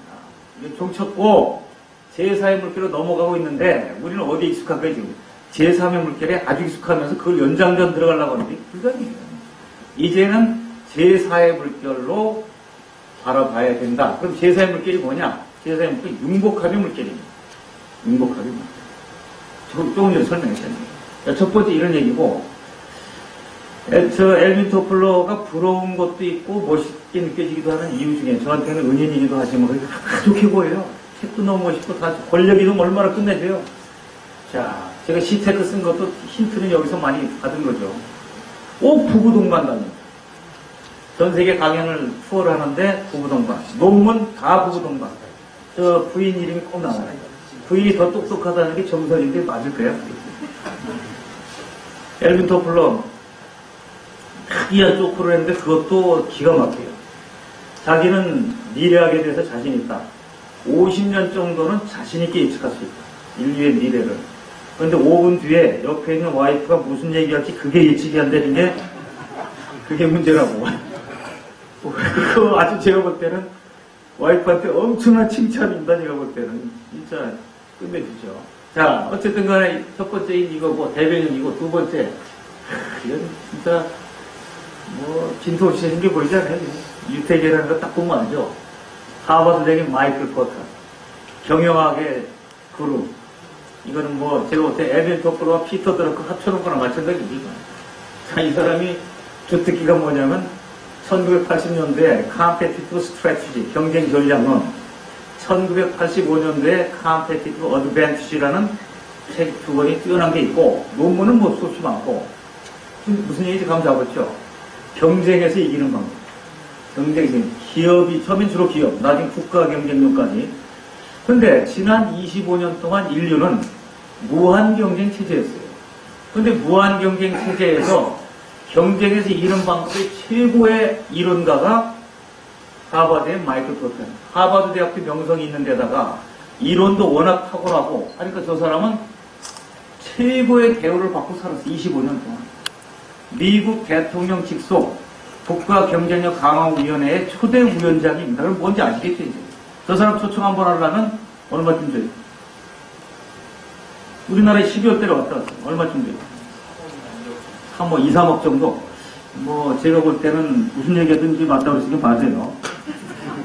아니, 진짜 놀랐어요. 비슷하게 맞죠. 근데 저는 알고 있는데, 초청 측 프라이버시에서 얘기는 안 하는데, 하여튼 2, 3억 그 이상 이제 줘야 옵니다. 자, 간단치 않아요. 저는 오늘 얼마 주는 거예요? 잘하고. 저는 준다고 해서 안 받겠죠. 되는 거. 자, 근데, 자, 정말 저 사람이 그렇게 대우를 받고 잘 나가는 사람이 5년, 횟수로 5년, 거의 만으로 5년 됐네요. 5년 전에 하버드 비즈니스 리뷰에다가 CSV라는 논문을 썼는데 기절 초풍할 논문이 나온 거죠. CSV, Creating Shared Value, 공유 가치 창조. CSR은 뭔지 아시죠? Corporate Social Responsibility, 기업의 사회적 책임을 CSR이라고 하는데 용어가 전혀 달라요. 이건 같은 게 아니에요. CSV, Shared Value, 공유가치 창조, Creating. 이 내용을 읽어봤더니 기업은 경쟁을 잘한다고 되는 게 아니고 본업을 통해서 사회에 유익한 가치를 만들어낼 때만 생존 가능하다. 지금까지는 어때요? 경쟁에서 싸워서 이기는 놈이 최고다. 그런데 그게 아니고 사회에 보탬이 되는 걸 끊임없이 만들어내서 많은 사람으로부터 인정받고 존중받고 사랑받을 때만 살아남을 수 있다. 완전 개종 수준, 개종. 평신도 개종하는 건 별거 아니에요. 교주가 개종하면 끝난 거예요, 이거는. 그렇지 않아요? 생각을 해보세요. 지금까지 싸워서 이기는 것만 하던 사람이 어떻게 이게 무슨 소리야, 이거? 저는 처음에 그 이론을 접한 상태에서 완전 쇼크에 빠져가지고 마이클 포터? 근데 이게 왜 이러는 거예요? 제가 88년도에 서울대에서 강사를 했어요. 시간 강사를. 그때 저 사람 책을 갖고 강의를 했거든요, 이게. 그리고 저 사람 한 7층 때도 제가 다 케어를 했거든요. 꾸준히 저 사람이 이론과 논문을 다 봤는데 개종할 줄 몰랐죠. 이거 뭐냐. 그래서 고민에 빠져가지고 깊이 들어간 끝에 결론에 도달했어요. 엄청난 결론에. 제가 눈은 작지만 눈치는 무지하게 뻔한 사람이에요. 눈하고 사이즈하고 아무 관계없어요. 첫째 뭐냐. 무한 경쟁 체제는 조만간 끝나는 거예요. 이게 끝나지 않는데 지가 버릴 리가 없어요. 자, 경쟁에서 살아남는 방법 최고의 이론가인데 자기의 보물을 왜 집어 던지겠어? 끝나니까 던지는 거지. 조만간 무한 경쟁 시대는 끝나는구나. 자, 그렇다면 그 다음번에 오는 게 뭐야? 이게 더 중요한 거 아니야, 이게. 그 다음번이 뭐지? 라고 계속 고민하다가 딱 답변. 신인본주의, 상생, 신인본주의로. 무한경쟁 승자 독식의 신자유주의로부터 이제는 뭐냐면 상생, 동반성장의 신인본주의로 바뀌는 거야. 신자유주의에서 신인본주의로 딱 느끼는 순간 저는 만세를 부른 거죠. 그리고 스스로 나도 아직까지 머리가 찰떡한 거. 이건 틀림없다. 이건. 근데 그거를 뭐 사람이 갑자기 떠오르게 해서 꾸준히 제가 이 분야에 관한 경영학, 경제학, 저는 뭐 제가 방송 오래 한 건 아시죠? KBS 방송 오래 하고 일일 2시간짜리를 10년 넘게 한 사람인데 융복합 지식을 있잖아요, 제가. 딱 감싸고. 정확하게 전 짚었다고 봐요. 자, 그러면 이제 CSV도 엄청나게 퍼지고 있는데 제가 신자유주의 얘기를 잠깐 하겠습니다. 2차 대전 이후에 자본주의와 공산주의 양진영으로 재편됐어요. 그래가지고 미국과 소련, 그리고 거기 따르는 서방세계와 동국권. 그들이 어느 날 거침없이 망가져버리는 거예요, 그냥. 소련 연방 해체, 동국권 부도 난리가 난 거예요. 근데 미사일 한 방도 안 썼어요. 왜 망가진 거예요, 이거? 그리고 세계적인 석학들이 들어붙어 봤더니 결론은 너무 심플해. 경쟁을 한 데는 살아남았고, 경쟁 안 한 데는 망했구나. 왜? 경쟁하면 혁신이 돼. 기술 혁신, 생산성 혁신. 경쟁 안 하면 그게 잘 안 돼. 1년은 별거 아닌데 수십 년 쌓이니까 자멸해 버렸다. 이게 첫째, 경쟁을 아름다워가 첫째고, 둘째는 시장 원리. 심리학적인 건데, 시장 원리를 작동시켜서 잘한 사람 더 가져가고 못한 사람 둘 주면 인간은 끊임없이 노력을 하는데, 잘한 사람이나 못한 사람이나 비슷하게 배급 주면 굳이 악착같이 노력할 이유가 없다. 이게 쌓여서 또 망했다. 그러니까 결국 제일 중요한 게 뭐냐면 경쟁이 아름다워. 또 한 가지 시장 원리대로 해야 돼. 그 시장 원리대로 하려니까 뭐 민영화시켜. 그 민영화가 일어나는 거야. 신자유주의에서. 신자유주의가 뭐냐면 자유민주주의라는 뜻이 아닙니다. 이게 핵심은 뭐냐면 자유시장 원리, 자유무역으로 그래서 경쟁을 통해서 성장과 번영을 누려보자. 그러면 행복할 것이다. 라는 것이 신자유주의입니다. 자, 이 신자유주의가 무려 20년 이상을 흘러갔는데, 그럼 이런 이론이 나오니까 박수치기 지지한 사람들이 누구냐? 주로 경쟁력 있는 사람들이 맞아 하는 거죠. 국가로 따지면 미국, 영국, 독일은 어때요? 이렇게 해야 된다고. 그리고 거기가 자본주의 본산이기도 하잖아요. 힘도 있잖아요, 이게. 맞짱뜨면 유리하니까. 근데 개발도상국이나 후발국가는 어때요? 찜찜하거든요, 이게. 아이고, 그러지 말고 룰을 잘 정합시다. 그 다음 개인은 누가 박수 쳤겠어요? 또 스펙 좋은 사람, 전문 자격증, 많이 배운, 집에 돈 있는 사람 어때요? 무한대로 다 무제한적으로 맞짱 뜬다고 그러니까 그렇게 하자. 근데 배운 게 좀 떼리고, 가진 돈이 없고 한 사람 찜찜하니까 이거 곤란한데? 자, 골프 치시죠? 네. 핸디 얼마? 골프, 핸디. 뭐, 공직의식 때문에 골프 치는 거. 골프 치시는 분들 어때요? 골프를 예를 들어서 85타쯤 내가 치는데 75타 정도를 치는 아주 완전 싱글 핸디캐퍼를 만나가지고 둘이 골프를 한다. 주말에. 그냥 하면 싱거우니까 내기하자. 그럼 뭐라고 그래요? 핸디를 달라고 그래요. 핸디를. 근데 좀 접어주고 해. 바둑도 적바둑도잖아요. 이게. 그래서 균형을 맞춰서 해야 그 공정한 게임이지. 근데 무한경쟁은 어때요? 그런 거 없이. 핸디 없이 적바둑 없이 그냥 만인이 맞짱 뜨자는 거예요. 만인이. 어려운 겁니다. 올림픽을 보면 어때요? 체급별로 하는 게 있죠. 체급별. 유도 같은 거. 등치 큰 놈하고 작은 놈하고 맞짱 뜨라면 애 잡는 거지 뭐. 아주 심하게 얘기하면 대학생하고 초등이하고 격투기를 하라면 애 그거 살겠어요. 이게. 그러니까 많은 곳에서 비명을 지르면서 뭐냐면 경쟁은 좋은데 무한 경쟁까지는 곤란하고 무제한은 곤란하고 룰을 정해서 핸디 주변에서 하자. 그런데 이게 안 되더라고요. 왜 안 되느냐? 워낙 공산주의 무너지는 충격이 컸고 그 다음번에 강대국이 주도해 가니까 다 끌려 들어간 거예요. 자, 그때 전 세계에서 초긴장 상태에 들어간 데가 한국 같은 데입니다. 자원은 없고 인구는 많고 그 다음번에 대의 의존도는 너무 크고 그리고 상대적으로 느긋한 나라가 있어요. 무한경이 하든 말든 상대적으로 느긋한 데가 어때요? 널널한 나라가 있다는 거예요. 호주, 캐나다 이런 데는 어때요? 하는 데까지 해보고 안 되면 우리끼리 먹고 살고 아프리카 치흑빈 지역은 어때요? 하거나 말거나 알아서 어차피 우리는 맞짱 뜨지도 못하고 먼저 주면 먹고 살고 이렇게 된 거예요. 그게 제일 무서운 공포심 느낀 데가 우리나라 같은데 노무현 정권, DJ 정권부터 이제 시작이 됐는데 제가 YS 때 KBS 방송하고 DJ 정권을 다 했으니까 YS 때 막판에 OECD 가입하느냐 마느냐를 갖고서 이제 엄청 논란이 벌어졌어요. 근데 YS는 기억이 생겨요. 세계 하를 확실하게 해야 된다고 밀어붙여가지고 이제 OECD 가입을 한 거예요, 이제. 일부는 너무 빠르다, 일부는 늦었다고 얘기하는데, 지나고 나니까 사실은 가입한 게 훨씬 더 옳았다는 판단을 많이 해요, 지금은. 근데 문제는 그 뒤에 금융 위기가 밀려가지고 국가가 갑자기 경제가 흔들리니까 OECD 가입을 샴페인 빨리 터뜨렸다고 쿵박 뒤집어 썼죠. 근데 DJ는 당선인 시절에 뭐라고 얘기했냐면, 이런 국가 부도 위기에서 정부의 힘만으로는 도저히 안 되니까 노사정위원회를 만들고 국민들이 도와주셔야 된다. 여러분 이래가지고 이제 그때 다 노사 데모단을 근무하게 할 때 기억나죠 이게. YS 말기 DJ 노무현 MB정권 제가 중앙국무위원회 했으니까 다 보면 겉으로는 진보 보수 막 싸우고 난리 났죠. 이제 정권 잡으려고 그러나 정권 잡은 사람들은 다 속으로 뭐냐. 이 어마어마한 무한 경쟁에 어떻게 살아남아야 되느냐. 이걸 가지고 정말 가슴을 졸이는 겁니다. 죽기 살기로 다. 노무현 정권은 마찬가지죠. MB 정권 마찬가지죠. 그런데 다행히 한국은 그 치열한 경쟁에서 살아남았습니다. 그것도 최우등생으로 살아남았습니다.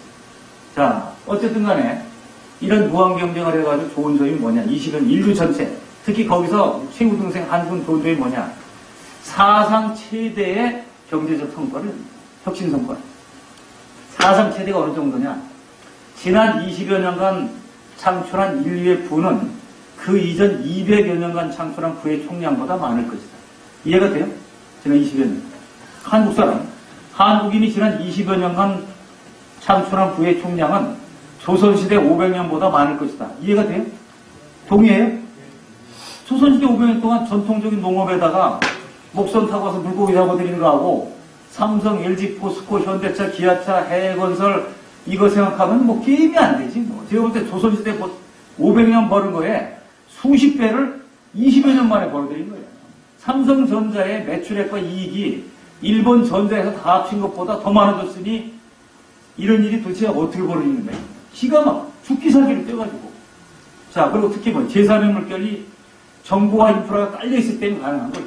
이렇게 해서 한국은 어마어마한 부의 창출. 강남 20여 년 만에 입된 거예요. 20여 년. 실제로. 그래서 좋은 점이 뭐냐면 질병관리, 수명연장, 좋은 옷. 뭐 딱 봐도 좋아 보이잖아요, 이게. 좋은 옷. 그 다음번에 뭐 생활의 편의성 다 그래도 그 너무 지긋지긋한 기아 문제, 수천 년 만에 기아 문제 완전 해결한 것이 20여 년밖에 안 돼요. 지금은 사각지대는 있지만 돈 없는 사람 다 먹을 거 갖다 준다. 어쨌든 그러니까 이게 해결됐어요. 얼마나 좋아요. 만세죠, 만세. 박수 한번 주세요. 박수. 대한민국 최우승상. 만세. 자, 문제는 뭐냐. 이게 세상이 변하단 말이야. 이렇게 엄청난 성과를 내고 좋은 점이 있는가 하면 사상 최대의 경제적 성과 발전은 사상 최대의 빈부격차로. 다 같이 가난할 땐 빈부격차가 얼마 안 나. 근데 어마어마한 격차가 벌어졌어요. 그러니까 개인 재산 100억 이상인 사람도 많아. 수십억도 많고.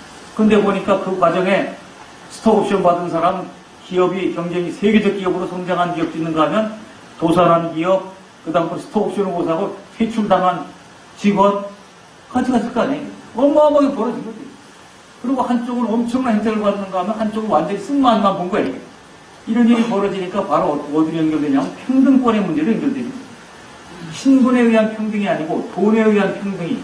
또 비행기 타고 말지 않아요. 1등석. 응? 또 차이가 확 그냥 신분이 돈으로 안 나타나는 거예요. 그러니까 여기저기서 뭐냐, 아우성이 뭐냐면 못 찾겠어. 인간이 못 참는 게 두 가지인데 자유와 평등의 본성은 억압하면 못 참아요. 분노합니다. 자유 억압해보세요.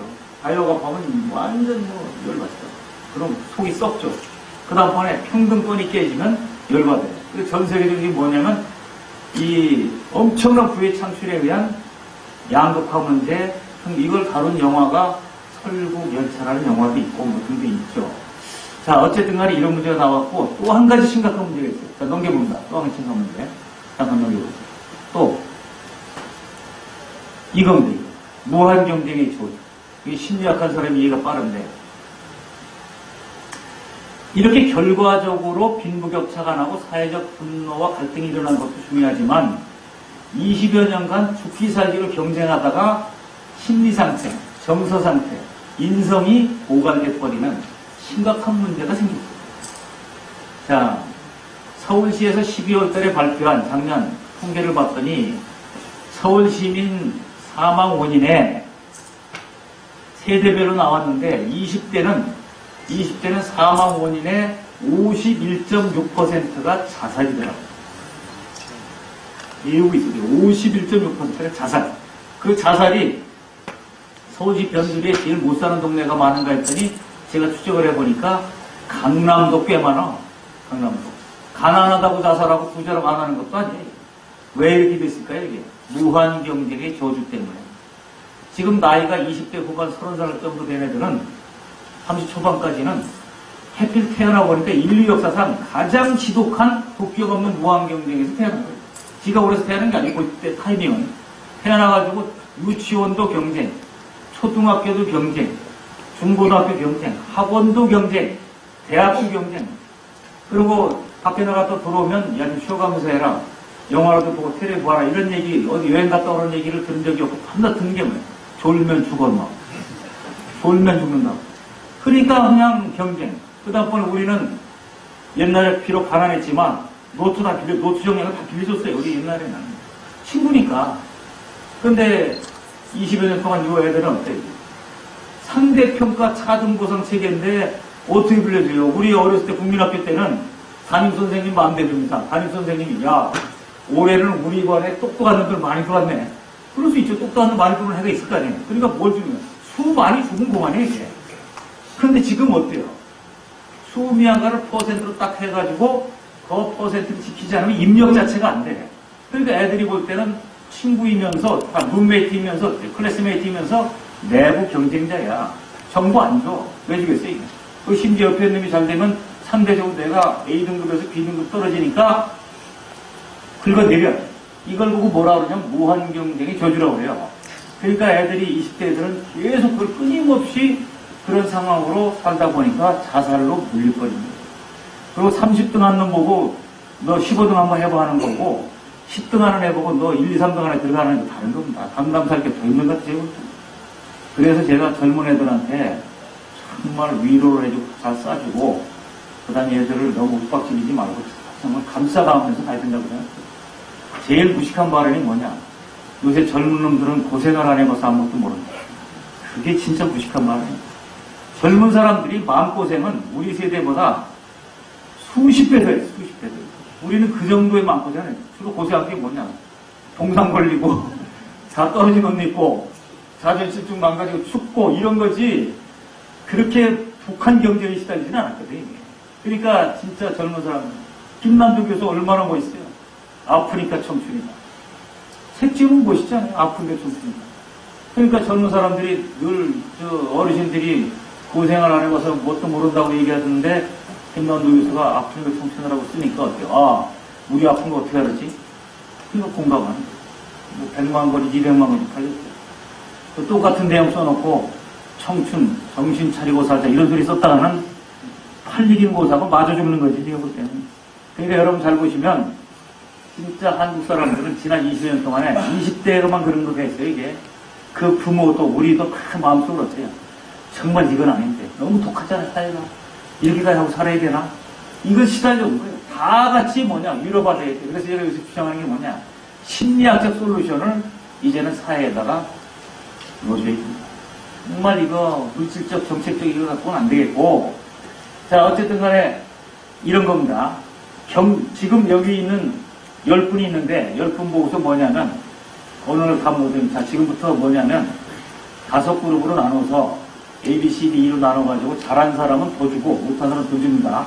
그럼 제일 마지막 2로 터진 사람은 자릅니다. 하고서 경쟁을 시키면 어때요? 눈빛이 달라지죠. 살아남아야지. 잘하고 더 받으니까 초기에는 어때요? 반짝 성과가 나요. 조금 지나니까 어떤 일이 벌어져요? 창의력 주고, 비윤리적, 팀워크 주고, 아이디어 정보 충격, 결과적 혁신, 성과를 잠식해버려요. 초기에는 마약처럼 성과가 나는데 시간이 흘러가니까 서로 물고 늘어져 갖고 다 죽어. 자, 이걸 보고 무한경쟁 교주라고 얘기했는데 어떤 출판사에서 책을 보니까 딱 냈어요. 또 보니까 경쟁의 배신. 읽어봤더니 그 소리가 그 소리였다 보니까. 자, 한국 사회는 지금 뭐냐면 무한경쟁의 교주가 있어. 이건 어떻게 풀어가야 되냐. 인성의 회복부터 심리적 처방, 그 다음번에 뭐냐면 평가 시스템의 재편 등등 많은 건데 필요한데 이런 것들입니다. 자, 넘어가죠. 하나만 더 하면 이제 바로 협업으로 들어갑니다. 앞으로 가보자. 또 앞으로 됐습니다. 그 다음에 이제 오른쪽이 바로 다니엘 골맨이라는 심리학자입니다. 하버드에. 맞는 말을 기분 나쁘게 하는 사람이 있죠. 그런 사람은 도와주고 싶은 마음이 있어요. 네. 도와주고 마음이 없죠. 맞긴 맞지만 기분 나쁘니까. 이게 굉장히 중요하지 않나요? 우리 지금까지 인간은 합리적인 존재이다, 이성적인 존재이다, 합리 추구도 이렇게 배우는데 실제로 우리가 행동을 하고 협동하고 할 때 보면 마음이 중요한 거란 말이에요. 마음, 정서, 감정. 제가 볼 때 제일 조직에서 해로운 사람이 누구냐면 맞는 말을 싸가지 없이 하고 다니는 사람이 이게 제일 안 좋은 거예요. 그랬더니 어떤 분이 저보고 틀린 말을 싸가지 없이 하는 놈이 더 나쁘지 않습니까? 더 나쁘지 않네요. 틀린 말을 싸가지 없이 하면 별 영향력이 없는데, 영향을 미치지 않는데, 맞는 말을 싸가지 없이 하면 싸가지 없는 것 때문에, 기분 나쁜 것 때문에 맞는 말을 예면하게 됩니다. 부정하게 됩니다. 그래서 조직에 보면 부지런히 다니면서 악역하는 사람들 있죠. 자기는 부지런히 하고 너 뭐 하는 거야 지금? 그냥 마당 쓰려고 하는데 빗자루 들라고 와서 시비 걸고 이런 사람들이 사실은 조직을 돕는 것 같지만 망치는 거예요. 자, 이 다니엘 골맨은 뭐라고 그랬냐면 아주 광범위한 실증 연구를 한 거예요. 미국 사회에서 사회적 성취를 엄청나게 한 사람들은 도대체 성공 요인이 뭘까? 키 석세스 팩터가 뭘까를 광범위하게. 근데 지금까지는 어떻게 생각해요? IQ 높은 사람, IQ와 상관성이 있을 거다. 학력과 대학 나온 사람보다는 대학원 나온 사람, 대학원도 박사학위 나온 사람이 더 높지 않을까라는 가설을 갖고 있는데 다 기각되고 제일 높은 게 뭐냐면 감성지능이다. 감성지능이 바로 뭐냐면 상대의 감정, 정서, 기분을 어때요? 잘 이해하고 업시키고 그 다음번에 자기 감정 조절을 잘하고 감정과 감정을 소통시키는 능력, 이걸 뭐라 하냐면 이모셔널 인텔리전스라고 얘기를 하는데 이것이 뛰어난 사람이 인간관계, 설득력, 협상력, 리더십 모든 면에서 유리하기 때문에 성취가 높다. 교수가 됐든 뭐 사업을 하든 공무원이 됐든 간에 그래서 이제 EQ라는 게 발가락 뜬 거죠. 이모셔널 인텔리전스가. 근데 실제로 맞지 않아요? 실제로 맞는 거죠. 그래서 사람 만나러 갈 때, 거래처 만나러 갈 때도 어떻게 해야 돼요? 그 사람의 프로필, 어디 나온 거야? 전문 자격증이 뭐야? 얼마큼 똑똑한 사람, 이런 게 중요한 게 아니야. 요새 뭘 알고 가야 되냐면, 좋아하는 게 뭐야? 싫어하는 게 뭐야? 이걸 알고 가야 돼. 지난 정부에서 제가 재미난 걸 들었는데, 어마어마한 정부 프로젝트를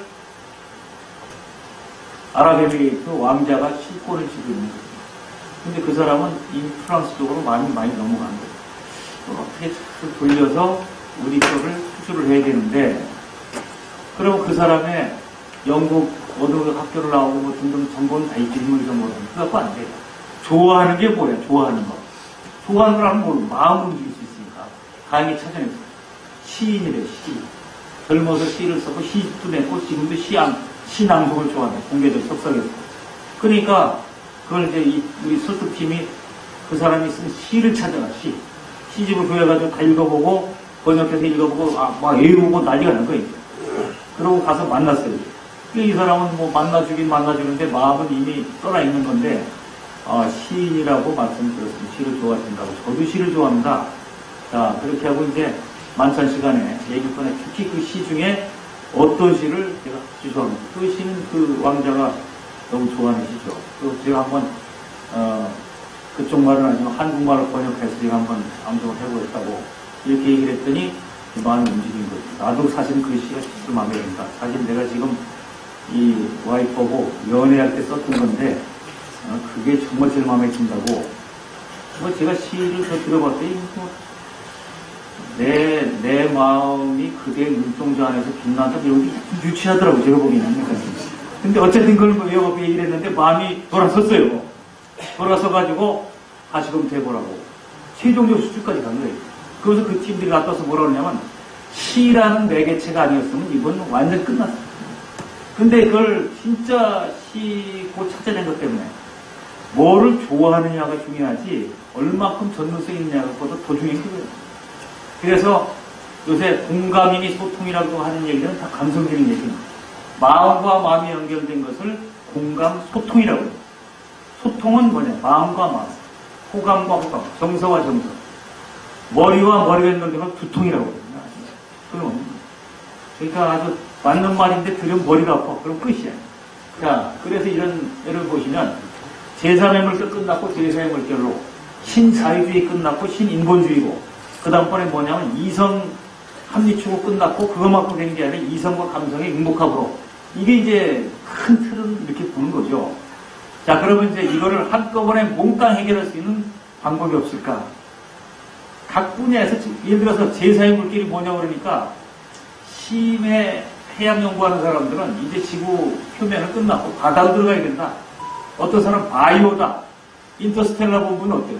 우주가 이제 앞으로. 그게 아니고 그건 자기들 주장이고 지금 최대의 물결은 융복합 물결이듯이 다 바뀌었어요. 자, 넘어갑니다. 이걸 해결하기 위한 세상의 솔루션은 바로 콜라보레이션입니다. 넘어갑니다. 자, 그래서 지금 결론은 이렇게 돼 있어요. 전반부 결론은 공산주의 망하고 자본주의를 경쟁 위주로 빡세게 돌려봤더니 엄청난 성과가 나지만 후유증이 너무 심해. 그래서 공산주의를 또 들어가지는 않지만 자본주의를 근본적으로 수정해야겠다. 이게 바로 뭐냐면 자본주의 4.0, 그 다음번에 경제민주화, CSV, 동반성장, 상생자본주의, 복지정책 이런 등등인데 티켓 이론도 여기 속할 수 있는데 저는 오래전부터 15년쯤 전부터 주장한 것이 윈윈윈입니다. 윈윈이 뭐냐면 그것은 나에게 좋고 상대에 좋고 사회에도 좋은 일인가. 마지막 윈이 중요가 안 되면 그건 짝퉁이다. 상생이 안 돼. 나에게 좋고 상대에 좋고 반드시 사회에도 좋아야 된다. 제가 대학원대학 총장할 때 늘 강조한 게 윈윈윈. 마지막 윈이 검토가 안 되면 끝나. 하지 말라고. 왜냐? 윈윈은 누구나 가능하다. 그리고 악용될 소지도 있다. 소독놈하고 장물합의는 윈윈이 가능해요? 안 가능해요? 가능하지. 한 놈 훔쳐오고 한 놈 처분하고 둘이는 공정하게 갈라먹으면 지들은 윈윈이지. 근데 왜 사회 용납이 되겠냐고. 사회 악이지. 그래서 마지막. 이게 바로 소셜 밸류, 사회적 가치인데 뛰어보면 CSR이나 CSV나 윈윈이나 마찬가지죠. 개념은. 어쨌든 이런 단계까지 와 있어요. 자, 넘어갑니다. 그래서 넘어가고 그래서 이제 바로 협업 얘기를 하게 되죠. 자, 넘어갑니다. 협업은 업과 업이 만난 거예요. 업과 업. 어떤 사람은 협자를 그렇게 얘기하는데 한자 공부하는 거는 힘 3개를 합쳐서 3이 나오는 게 아니고 10개가 나오는 게 원래 협자의 뜻이라고. 그럴 듯해요. 또 들어보니까. 자, 협업은 뭐냐? 업과 업이 만난 거예요. 근데 업과 업이 만나는데 다른 색깔의 업이 만나야 돼. 같은 색이 아니고. 자, 넘어갑니다. 협업은 한번 다시 강조하죠. 2개 이상의 개체가 서로 다른 전문성을 결합해서 새로운 가치를 창출하거나 메가 시너지를 내는 거라고 아까 설명했죠. 그리고 요새 경제학 전반적으로 콜라보노믹스, 협업 경제학 이렇게 이제 새로 아마 조만간 경제학과에서 이제 이걸 강의를 하게 되겠죠. 협업 경제학을. 자, 넘어갑니다. 이 길에 답이 있다. 보시잖아요. 답이. 제가 책을 다 썼는데 오늘 책을 2권을 갖고 왔는데 한 권은 우리 회장님 드리고 한 권은 이따가 지금 뭐 퀘션을 질문을 해가지고 답변 잘할 것도 없는 어차피 다 맞는 거니까 한 권을 드리고 하겠습니다. 제가 책을 쓰다가 꿈에서도 강의하고 꿈에서도 책 쓰고 그래요. 사람이 몰두를 하다 보면 근데 꿈에서 저게 떠올랐어요. 이 길에 가니까 협업을 계속 하다가 근데 꿈에서 너무 좋으니까 깼어요. 자, 그리고 침대도 써봤어요. 침대 옆에 메모처럼 이 길에다 이랬다. 너무 기분 좋고 제일 기획에 의뢰해서 이런 거 나오면 1억쯤 되는 거 없어요. 광고 카피로 이 길에 달리고. 자, 이게 얼마나 중요한 얘기냐. 협업의 핵심 가치는 달을 이자에 있습니다. 인류 역사는 동해 문화로 살아왔어요. 동해 문화. 동포, 동지, 동료, 동기, 동문, 동양, 동창 끼리끼리 뭉쳐야 안전해. 하나 있으면 잡아먹혀. 외부의적으로부터 뭉쳐있어야 생존이 가능해. 뭉쳐야 뭐가 가능해. 협동이 가능해. 협업까지는 아니지만 이러고 살아왔는데 그래서 동자 붙은 걸 너무 좋아하죠. 그리고 이자 붙은 거는 싫어해요. 이민족 쳐들어가고 2단 처형하고 그 다음 뭐가 이자 붙은 게 뭐였냐. 자, 이교도 YS 보니까 뭐 이교도라고 다 죽이고 지금도 난리 아니야 이게. 그러니까 이자 붙은 거는 틀렸거나 적으로 간주하고 동자 붙은 걸 좋아해요. 동자 붙은 걸 얼마나 좋아하느냐. 동탕생이라는 말 들어봤어요? 사우나탕 같이 다닌다고 동탕생이라고. 이런 했더니 그러니까 뭐든지 하여튼 끼리끼리 한국 특히 뭐냐면 끼리끼리 패거리 문화가 있단 말이에요. 근데 이거는 우리만 그런 게 아니라 전 세계 인류가 있는데 최하 수백 년 어쩌면 1000년 동안 동해 문화였는데 이게 드디어 싹 바뀌는 거예요. 왜 바뀌느냐. 같은 것끼리 결합하니까 메가 시너지가 안 나와. 창조가 안 돼. 다른 걸 결합해야 돼요. 그럼 좋은 사례 들어가 볼까요? 협진. 자, 서울대병원, 고대병원, 연대병원. 협진해요. 협진해야 병의 원인을 잘 찾아내. 협진해야 치료 효과가 높아. 근데 협진을 하려면 누가 모이는 거예요? 내과, 애과, 방사선과, 신경정신과, 엔지니어. 서로 다른 전문가들이 모여야 협진이 가능하지. 천하의 명이 내과에서 5명 모여봐야 협진은 불가능이라고. 불가능이야. 서로 다른 전문성이 만날 때만 협진이 가능해. 그게 바로 협업이거든요. 그래서 다름이 축복이에요. 다른 걸 만나요. 다른끼리. 그래서 앞으로 다시 들어가 보시면 이 길에 답이 있다가 이 바로 협업의 핵심적 가치입니다. 다름을 인정하고 존중하고 다름을 받아들여라. 다른끼리 결합해서 시너지를 내라.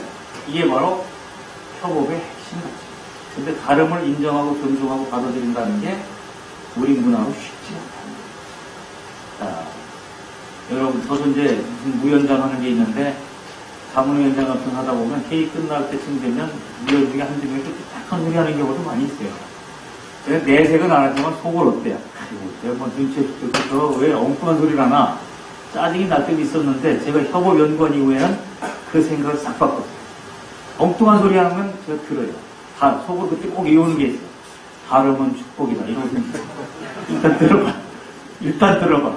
그거 아주 생뚱맞은 소리를 하는데 그 소리를 들으니까 들려. 참 신기한 인간은 들으니까 들려. 각도로 그럴 수도 있겠구나. 보완이 돼, 보완. 그리고 뭐가 좋아?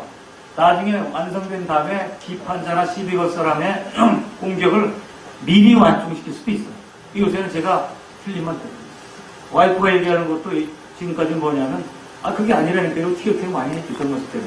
근데 협업연구원 이후부터는 저와 생각이 다르면 일단 다름은 축복이다. 그리고 들어보고, 그럴 수 있겠다. 저는 주로 제 입장에서 얘기를 하는데, 부부 입장이나, 근데 와이프 얘기를 들어보니까 애들 입장까지 반영해서 하다 보니 견해 차이가 나올 수가 있는 그런 경우가 많아요. 그래서 들어보니까 들려요. 여러분 정말 뭐냐면, 다름을 받아들여요. 발음이 이게 바로 융복합 창조의 핵심이다. 이렇게 봐요. 자, 넘어가죠. 넘어가고, 정부는 어떻게 하고 있느냐? 정부는 박근혜 대통령 정부 들어와서 제일 크게 강조한 게 창조경제와 문화융성 기억나시죠?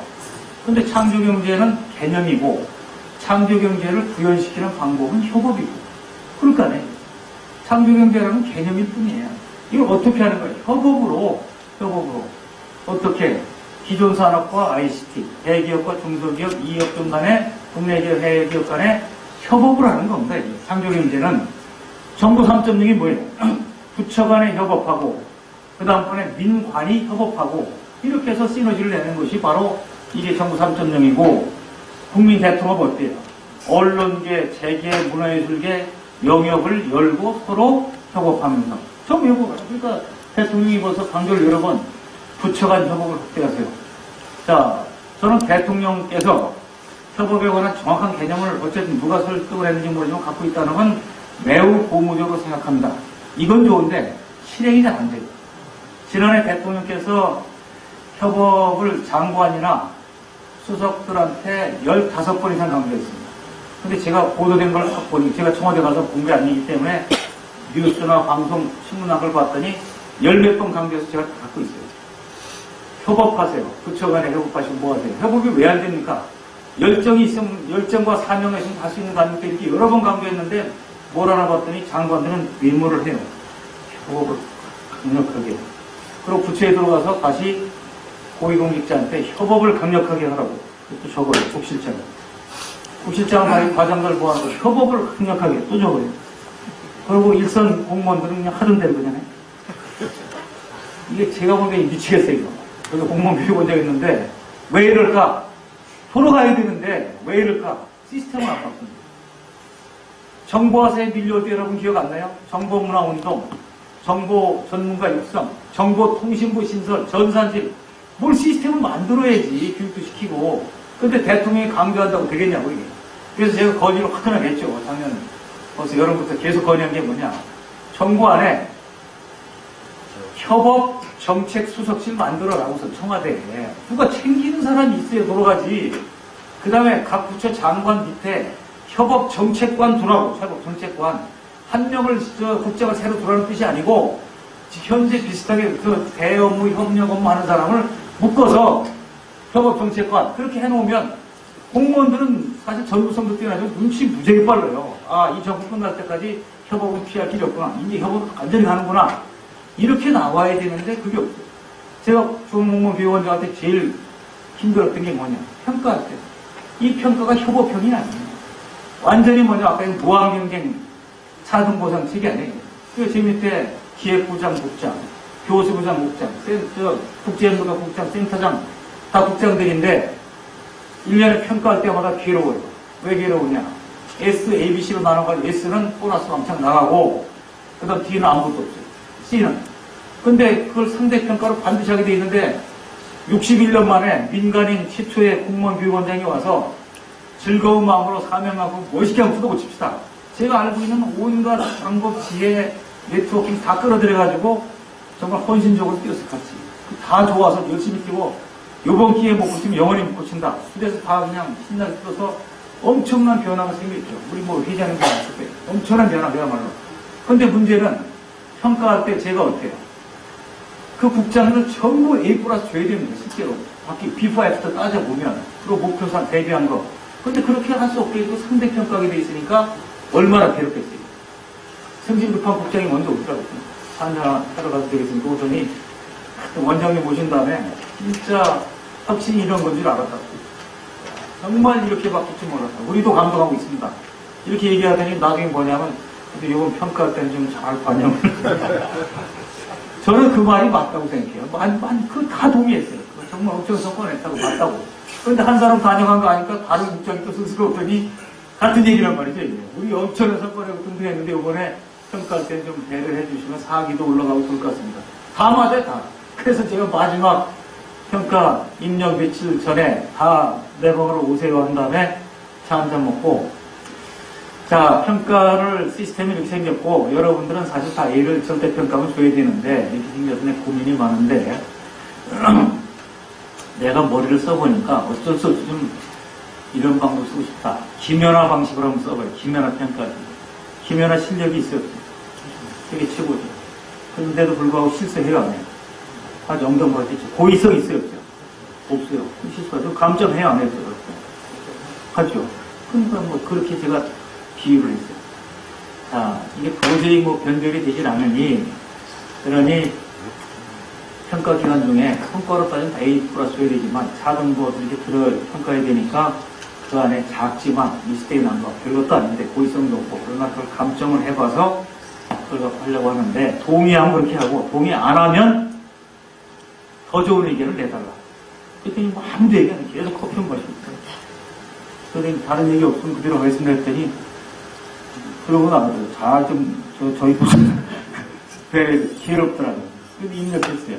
입력했는데 SADC 입력했는데 공직을 떠난 지금 입장에서 누구 얼굴이 제 마음에 떠오르겠어요?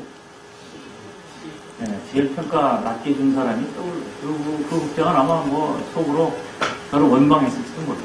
그리고 또 뭐냐면 나도 정말 헌신 열심히 했는데 왜 하필 나를 제일 낮게 줬을까?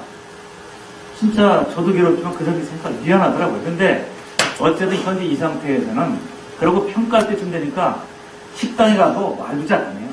신경이 쓰여가지고. 이 방식은 안 되고 반드시 뭐냐? 협업한 거를 평가 지표에 넣어야 됩니다. 혼자서도 잘하지만 함께 잘한 거를 넣어주지 않고 현재 같은 방식으로는 안 돼요. 어쨌든 그런 걸 고쳐야 된다는 거죠. 넘어갑니다. 자, 넘어가고. 자, 정종섭 장관 취임식 할 때 뭐라고 그러냐면 소통과 협업의 정부 조직을 실현하기 위해서 부처 간 행정 칸막이를 강력히 조정한다. 이기권 장관 관계업체 협력을 강화하겠다. 전원이 다 강화하겠다고 하는데 실제 시스템은 잘 안 들어가는 이유가 뭘까? 고쳐야지. 자, 넘어갑니다. 넘어가고. 자, 이제 끝날 때 됐어요. 자, 넘어갑니다. 사례가 한 뭐 수백 가지가 있는데 제가 사례를 한 서너 개만 말씀드리고 마무리하겠습니다. 자, 가장 잘 알려진 사례입니다. 기아자동차는 거대 기업, 영실업은 중소기업, 기아는 자동차 만드는 회사, 영실업은 장난감, 완구를 만드는 회사. 그러니까 규모의 차이, 업종의 차이, 다름이 존재하죠. 근데 기아하고 영실업이 협업을 했어요. 어떻게 했느냐? 우리가 지원할 테니까 조건은 딱 하나야. 기왕 자동차 만드는 거 우리 차를 모델로 만들어줘. 딱 보니까 소울 같지 않아요? 기아 소울. 자, 그러니까 완구 회사에서 영원한 스테디셀러가 뭐냐면 여자애들은 인형이고 남자애들은 자동차입니다. 근데 요새는 이제 로봇이 나와서 이제 또 난리지만은 최고 인기가 뭐냐면 변신 로봇입니다. 트랜스포머. 그래서 지금 뭐냐면 왼쪽에 있는 또봇이라는 걸 개발했는데 저 자동차를 뽀개면 로봇이 됐다가 로봇 뽀개면 자동차 됐다는 이게 변신 자동차 또는 변신 로봇 또봇이라는 거예요. 이게 대박이 나가지고 2012년도에 매출액이 50% 성장, 저성장 시대에 그 다음에는 크리스마스 때 품절, 매출과 이익이 왕창 늘어난 거예요. 그러니까 영실업은 만세. 그럼 기아는 뭐냐? 기아는 자기들 홍보를 위해서 텔레비전, 잡지, 신문 온갖 데 다 냈는데 자기들 자동차 모델을 안방까지 침투시켜. 안방까지. 그리고 이 초등이 중등이들이 어때요? 이거 뽀개고 있는 애들이 몇 년 지나면 미래의 고객이야. 대학생만 되면 운전하잖아요, 요새는. 자, 미래까지 갈 것도 없어. 자, 우리도 드디어 차 산다. 뭐 처음부터 강남처럼 이렇게 큰 차 사는 거 아니잖아요. 또 작은 차 사는 것도만, 야, 우리도 차 산다. 뭐 살까? 의사결정권이 남편한테 있어요, 아내한테 있어요? 아내한테. 아내는 남편 만들어요, 아들 만들어요? 아들. 왜 이렇게 된 거냐고. 전 그게 이상한 거예요. 세상이 왜 이렇게 된 거냐고. 그러니까 뭐 살까고 회의를 하면 아주 결정적인 영향력은 아들한테 있고, 그 다음번에 와이프가 결정하니까 걔들은 뭐라고 이러냐면, 소울 사자가 아니고, 또봇 사자고, 또봇. 이게 교황님도 타셨지만 대박난 거예요. 그러니까 기아는 어때요? 홍보 효과 끝내주고, 자기들 매출이 실제 올라가니까 양쪽 다 윈윈. 협업은 상생이다. 동반성장이다. 라고 얘기를 하는 거죠. 돈을 지원했나를 제가 생각을 하고 체크해 봤더니 돈 준 게 아니고 저 완성품을 대량으로 구매해 준 거예요. 대량 구매해서 어디다 쓰느냐면 기아 본사, 기아 공장에 온 사람들한테 기념품으로 선물용으로 주고 고아원에 무상 지원하고 저소득층 지역에 사회공헌으로 갖다 풀고, 걔들 또 텔레비전 보고 광고 보고 갖고 싶은데 돈이 없잖아요, 이게. 근데 걔들한테 사회공헌으로 제공하는 거예요. 얼마나 멋있어, 이렇게 되니까. 양쪽이. 어느 한쪽도 손해날 거 없고 양보하라고 강요한 것도 없어요. 둘 다 좋다 말이죠. 자, 이렇게까지 사례를 얘기했으면 난 이제 감을 잡아야 되는데 또 이상한 질문을 하는 사람이 있어요. 저한테 뭐라고 하냐면 어쨌거나 기아가 갑이죠? 이런 질문하는 사람이 있어요. 이놈은 갑한테 하도 당해봐가지고 저는 사실 그 질문 받을 때 쇼크 받았어요. 아, 그렇게 얘기해도 갑으로 여기는구나. 왜 갑이라고 생각하세요? 그랬더니 어쨌든 뭐 지원하는 거고 게임이 안 되죠. 뭐 이게 영향력이 저게 뭐 중소기업이 세계적 기아를 어떻게 다녀요? 당하는 게 아니라니까 이거는 윈윈. 그런데도 갑이라는 생각을 하길래 제가 얘기했죠. 하청업체는 부품이나 하도급인데 이거는 원청에서 안 받아주면 목줄이 끊어지는 거예요. 그래서 우월적 집에 끌려다닐 수밖에 없지만 이거는 수직관계가 아니고 수평관계입니다. 둘이 협업협상하다가 이게 깨지면 그러면 좀 더 사달라고 했더니 너무 째째하게 사달라고 하는 거예요. 안 하고 어디로 가면 돼요? 다른 자동차 회사고 하면 돼요. 바로 경쟁사고 하도 되고 심지어 어떻게 기여하는 길에 벤츠, BMW 확 끄는 거고 세계적 브랜드가 일단 하는 거지 뭐 무슨 상관이에요 이게. 그러니까 이게 목줄 끌고 다니는 시대가 아니에요. 이거는. 세상은 여기서 중요한 얘기합니다. 수직적 분업사회가 수평적 협업사회로 바뀌고 있다. 수직적 분업행정이 수평적 협업행정으로, 수직적 분업경제가 수평적 협업경제로 바뀐다는 근본적 그 패러다임에 이걸 받아들여야 되는데 그걸 모르면 엉터소리 나오죠. 자, 넘어갑니다. 이거 여의도의 중소기업진흥회 옆에 있는 거죠. 커피빈하고 현대차. 자, 커피 마시러 들어왔더니 옆에 신차 전시를 하고 있어요, 이게. 그러니까 커피잔 들고 와서 슬슬 가서, 이거 연비가 얼마야, 이거? 이거 뭐 디자인 누가 했어요? 이런 식으로 가서 상담이 들어. 그 다음에 이 자동차 상담하러 왔다가 다 물어본다면 차는 한잔하고 가자고 옆에서 커피 한잔 마셔. 그러니까 양쪽이 다 영업수익이 올라가. 더 좋은 건 뭐예요? 더 좋은 거는 임대료를 분담해. 그러니까 양쪽이 다 뭐냐면 시너지가 나는 거 아니에요, 이게. 자, 제가 잘 아는 분이 클리포드라고 우리나라 남성 패션 하는 데가 있어요. 그래서 거기를 새로 매장을 재개장했다고 오라고 해서 갔더니 분위기가 이상하더라고요. 확 떨어졌어요. 1층은 유니클로 스타일로, 2층은 이태리 하이 패션 스타일로 바꿔놨더라고요. 완전 재개장. 그래서 거기서 이제 친구가 재개장했으니까 가서 넥타이도 하나 사고, 목도리도 사고, 이렇게 등등 뭐 몇 개 사고, 그랬더니 차나 한잔 하자고. 근데 이 응접 세트가 너무 큰 거예요, 너무. 한 복판에, 1층 복판에. 그래서 제가, 응접 디자인이 아주 멋있게 해놨는데, 배치를 이렇게 뭐 얘기했더니, 이게 당신이 얘기하는 콜라보라고, 이게. 이 커피숍 들어온 거예요, 이게. 예? 이 커피숍이 들어온 거라고, 이게. 그랬더니 한가운데에 커피 전문점이 들어온 거예요, 이게. 그러니까 뭐냐면, 와서 옷 사고 넥타이 고르고 액세서리 뭐 붓돈이에 챙기고 있다가 차 한 잔 마시고 가고, 차 마시러 들어온 길에 옆에 있으니까 슬슬 보다가 또 어때요? 사고.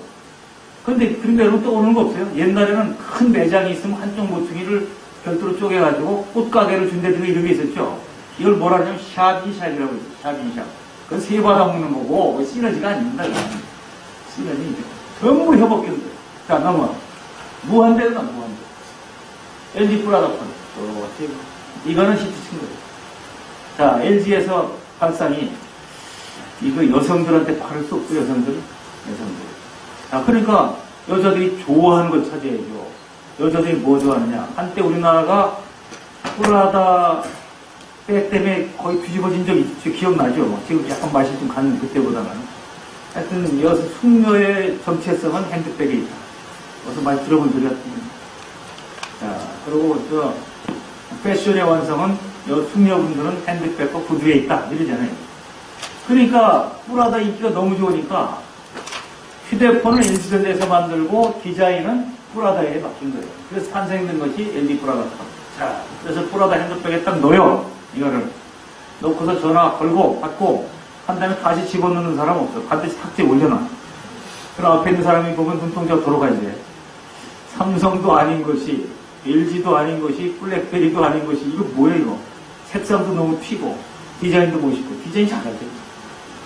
이거 프라다 폰. 그러니까 프라다 핸드백트는 심리적 만족을 똑같이 준 거예요. 이 주로 강남 아줌마들이 많이 할때 있겠다. 자, 이래서 대박 난 거예요. 그러니까 이거는 전자회사와 명품 디자인사, 국내 회사와 외국 회사의 콜라보레이션. 이걸 보고 모방했는지 모르지만 제네시스 프라다도 나와요. 자동차는 현대에서 만들고 디자인, 차체 디자인이 아닙니다. 실내 인테리어 디자인 일체를 프라다예요. 그러니까 의자, 가죽 시트 의자, 거울, 소품 이거 얼마나 멋있게 하겠어요. 이렇게 만들어가지고 여자들한테 팔아야겠다. 이렇게 내놓는데 거의 안 팔겠다고. 안 팔리는 이유는 뭐야? 아무리 째려봐도 제네시스예요. 이거는 뭐 들어가 보기 전에는 그러니까 이게 마케팅상에 초점이 안 맞는 거예요. 자, 어쨌든 간에 이게 이런 겁니다. 또 뭐합니다. 자, 코카콜라 병에다 예술을 입혀라. 현존하는 최고의 아티스트를 디자이너를 동원해서 예술 입히면서 콜렉터까지 나타나 시리즈로 나타나고 그 다음에 스크류 캡으로 바꿨어. 뻥 따는 게 아니고 반쯤 마신 다음에 도로 닫고 들고 다녀. 패션 소품으로. 멋있지? 이게 뭐 최고 디자인이니까 이렇게 해서 대박 난 거예요. 예술을 입혀 콜라보. 자, 넘어가고. 싸이 혼자 뛰는 것보다 스누프독하고 같이 뛰어. 미국의 유명한 힙합 가수. 저 사람 밴과 이 사람 밴이 합쳐지니까 내가 씬을. 자, 또 넘어가고. 많아요. 시간 관계에서 넘어간 거고. 자, 넘어가고. 요거. 지난해 봄에 서울경찰청장이 이런 분이 멋있는 거 아니에요? 일선경찰청 다 모아놓고서 서울경찰의 존재의 의미는 서울시민의 안전을 긴대요.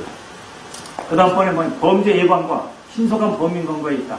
이거를 위해서 만드는 것이 관할권 제도다. 관할구역이고 그래서 오래전에 수십 년 전에 관할구역을 만들어 놨는데 지금은 이거를 고지식하게 시킬 필요가 전혀 없다. 왜냐 112 신고가 들어오면 모든 일선 경찰들이 바로 어디서 사고 나는지를 알고 여기서 몇 분 걸리는지가 찍혀버려요. 이게 시스템이. 그러니까 가장 빠른 곳에서 출동해서 범인 체포해라. 관할구역을 뛰어넘어라. 그러면 거기 평가해서 인센티브 주겠다. 이게 붙인 거예요. 지금 다 뜨니까 GPS 다 떠버리잖아요. 그런데 예전에 어떻게 했느냐. 자, 길 건너에서 지금 인질범이 뭐 난동부를 칼 목에 대고 난리 났는데 딱 이 사람들 보면은 관할구역이 도로가 관할구역이 넘어선 거면 절대 안 했습니다. 타치도 안 하고 타치 안 받겠다. 그러니까 여기 5분이면 갈 거를 15분 동안 앵글이 오다 보니까 찔러주겠다. 이런 일이 많았다고. 이거를 고치고 나서 주요 범죄 현장 검거수가 61.3% 증가. 작년 봄에 서울경찰청장이었고 지금 이분이 경찰 총수가 된 거예요. 그러니까 여기서 중요한 게 뭐예요? 별도 인력과 별도 장비와 별도 예산 투입 없이도 성과를 이게 바로 협업의 매력 아닌가요? 어때요? 자, 별도 인력, 별도 장비 이게 협업만 하는 길이 된단 말이에요. 그래서 예전에 경찰에 근무했던 분들한테 이런 얘기를 제가 했더니 그 고질병 잘 고쳤다고 자기들이 시인하는 거예요. 옛날에 112 신고 한강에 시체 떠내려온다고 신고 들어오면 절대 안 건졌대요. 어디로 떠내려가는지 좀 지켜보다가 관할권 때문에. 그리고 어떤 데는 먼저 들어가서 저쪽으로 좀 밀어놓고 오기도 하고 5분만 기다리면 노란기선으로 떠내려가고 그러면서 야, 그 고질병인데 잘 고쳤네 이거. 대한민국 정부 결코 가난한 정부가 아닙니다. 제가 들어가 보니까 최고의 전문 인력 그 다음 번에 언제 사가는지 각종 장비 끝내주는 장비 다 있어요. 예산도 만만치 않아요. 근데 저 인력 좀 쓰고 싶고 저 장비 쓰고 싶은데 부처가 다르면 어때요? 좌절하는 겁니다. 협조선 보내야지 승인 받아야지 등등. 아이고 두야 이거 좀 어떻게 좀 말랑말랑하게 할 수 없나 이거? 이게 중요한 거죠. 자 넘어가고 자 결론 냅니다. 이제 넘어가죠. 협업이 창조 경제이고 협업이 공간 성장이고 가해 통합이고 투명 경영이고 지속 가능성이고 신인본주의다. 지금까지 다 설명드렸잖아요. 이게 단순한 경영 기법이 하나가 아니라는 거예요. 신문명으로 밀려온 거예요. 자, 넘어가죠. 협업을 하려니까 바로 뭐냐면 성과를 내려니까 교육도, 인재도, 리더십도, 평가도 다 바뀌어야 된다. 다 바뀌어야죠. 삼성의 이건희 회장님이 뭐라 그러냐면 마하 경영으로 들어간다. 음속 돌파로 전투기가 나오려면 또는 수송기가 마로 가려면 엔진만 센 거 놓는다고 되는 게 아니라 어떻게 해요? 디자인도 바뀌고 마에 버티게 어때요? 날개 소재도 바꾸고 다 바꿔줘야지 엔진 출력만 무지하게 세다고 해서 마가 되는 게 아니다. 맞지 않아요 이게? 그러니까 이게 협업을 하려니까 어때요? 시스템과 문화와 교육과 이게 다 바뀌어야죠. 다 바뀌니까요. 자, 그럼 평가 하나 얘기하죠. 넘어갑니다. 월트 디즈니 사업본부장 임원 평가할 때 어떻게 하냐면 자기를 아주 잘해서 만점하면 70점 만점이에요. 그리고 협업해서 한 거 30점 만점, 합치면 100점 만점. 그러니까 자기 부서 일을 아무리 잘해도 70점밖에 안 나오게 돼 있어, 구조적으로. 그러니까 틈나는 데를 어떻게 해? 다른 사업본부장 만나서 협업할 거 없어? 같이 할 거 없어? 공동으로 할 거 없어? 이게 나와야만 자기가 살아남을 수 있는 게 일단은. 그리고 이걸 도입한 이후에 왕창 살아난 거예요. 협업 성과에 의해서. 자, 넘어가. 자, 그리고 얼마 전에 또 그 재밌는 기사도 있던데, 마이크로소프트가 협업형으로 평가를 다 바꿨어요. 얼마나 재밌어요. 자, 마이크로소프트가 경쟁해야 될 땐 누구냐면 구글이나 애플이나 미래 변화나 이거 경쟁해야 되는데, 거기도 자기들 내부의 상대평가하고 부서평가 상대에서 보상하다 보니까 구글과 싸워야 되는데 내부에서 자기들끼리 싸우다가 무너졌다. 평가 시스템이 잘못됐다. 그래서 이걸 다 전면 뜯어고쳤는데 원래 그런 내부 경쟁에 의한 성과 창출에 초기에 재미봤던 사람이 잭 웨치입니다. 별명이 중성작판이었고 저는 그 주위에 크로토밀 연수를 제가 갔었어요. 나는 제가 그때는 잭 웨치는 이미 이제 떠났고 후임인 이멜트 체제로 바뀌었는데 거기서 유명한 게 뭐냐면 바이탈리티 커브라는 게 있는데 성과를 낸 거에 따라서 평가를 하고 차등 평가에서 하위 10%를 계속 잘랐어요. 그러니까 죽기 살기를 어떻게 하냐면 내부 경쟁이 매달리는 거예요. 그런데 이게 어느 순간 가니까 한계가 있다. 그리고 CEO 최고 책임자 이멜트 바뀌면서 없애버렸다. 그런데 그거를 마이크로소프트는 끝까지 물고 늘어지고 있다가 스티브 발머가 다 망쳤다 이런 평가를 이끄는 거죠. 요거 들어야죠. 멘토멘티라는 게 있죠. 멘토멘티는 유경험자가 신참한테 멘토링을 하는 겁니다. 멘토멘티. 그러면 어떤 효과가 있냐면 시행착오 줄여, 빨리 배워, 사고도 줄일 수 있어. 그리고 인간으로 좀 팀워크도 좋아져. 멘토멘티는 단 뭐냐? 유경험자, 그러니까 고참과 신참. 같은 업무의 상하 관계입니다. 제가 새로 만들어서 개념을. 콜라보 메이트. 클래스메이트, 룸메이트 같은 게 있고, 콜라보 메이트는 어떻게 했겠어요? 기획실하고 영업부하고 짜주는 거예요. 우리 콜라보 메이트. 멘토멘티가 아니라 콜라보 메이트. R&D 팀과 마케팅 팀 콜라보 메이트. 이렇게 해서 둘이 계속해서 정보 교환하게 하고, 자기들끼리 임의를 정해서 한 달에 한 번은 콜라보 데이. 그날은 치맥을 하고 뭐든 간에 만나서 둘이 떠들다가 두 부서의 업무를 합쳐서 새로운 아이디어가 나오면 지난주처럼 바로 온라인으로 쏘게 만들어 놓은 거죠. 이 제도를 도입했더니 어떤 공기업에 도입했는데 그 공기업 사장이 뭐라고 일하냐면 부서 간에 소통하라고 별소리 다 해도 안 하더니 콜라보 메이트, 콜라보 데이도 그러니까 순식간에 바뀐다. 이것이 바로 시스템입니다. 자, 멘토멘트는 수직적, 콜라보 메이트는 수평적. 멘토멘트는 어때요? 같은 업무. 콜라보 메이트는 서로 다른 업무의 결합. 양쪽 다 쓰면 돈이 확 달라집니다. 자, 넘어가죠. 넘어가고, 이 전문적으로 우리 이제 협업협회에서 교육, 진단, 컨설팅, 코디네이팅 다 하는데 이거는 여기서 말씀 안 드릴 테니까 넘어가죠. 자, 이거 이제 끝자락에 제가 이제 연구를 깊이 해보니까 저는 한번 연구에 빠지면 거의 미친듯이 빠진 사람인데 대전쟁은 반드시 전문성을 인정하고 존중하고 다름도 인정하지만 전문성을 인정해요. 각자 다른 전문성. 법무부가 있죠. 법무부는 법률 전문가들이죠. 환경부가 있죠. 환경부는 전문가예요. 그러니까 서로 다른 부처가 있는 거 아니에요. 근데 어떤 사람이 만약에 거기 협업하라고 하면 협업하면 아마 멋있는 환경 제도나 정책이 나올 수도 있을 거예요. 근데 어떤 사람이 과감하게 법무부와 환경부를 통폐합하라. 그 뭐가 나오지? 괴물이 나오지. 그럼 아무것도 안 될 거 아니에요, 이게. 그게 제가 볼 때는 과감한 통폐합. 잘못하면 짝꿍밖에 아무것도 안 됩니다.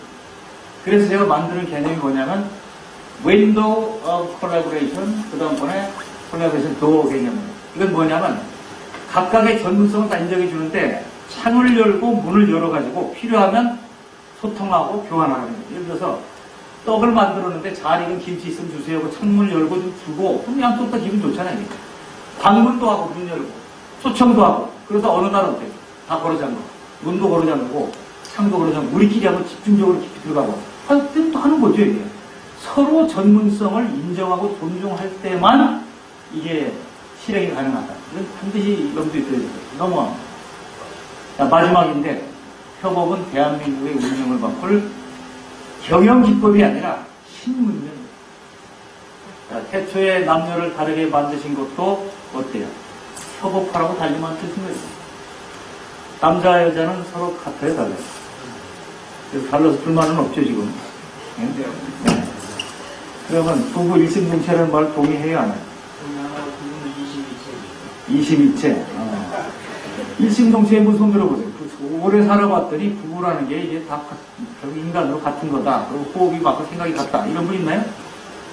22채. 저는 이심각체라는 표현을 쓰는데 제가 살아보니까 저는 이렇게 생각했어요. 어렸을 때, 젊었을 때.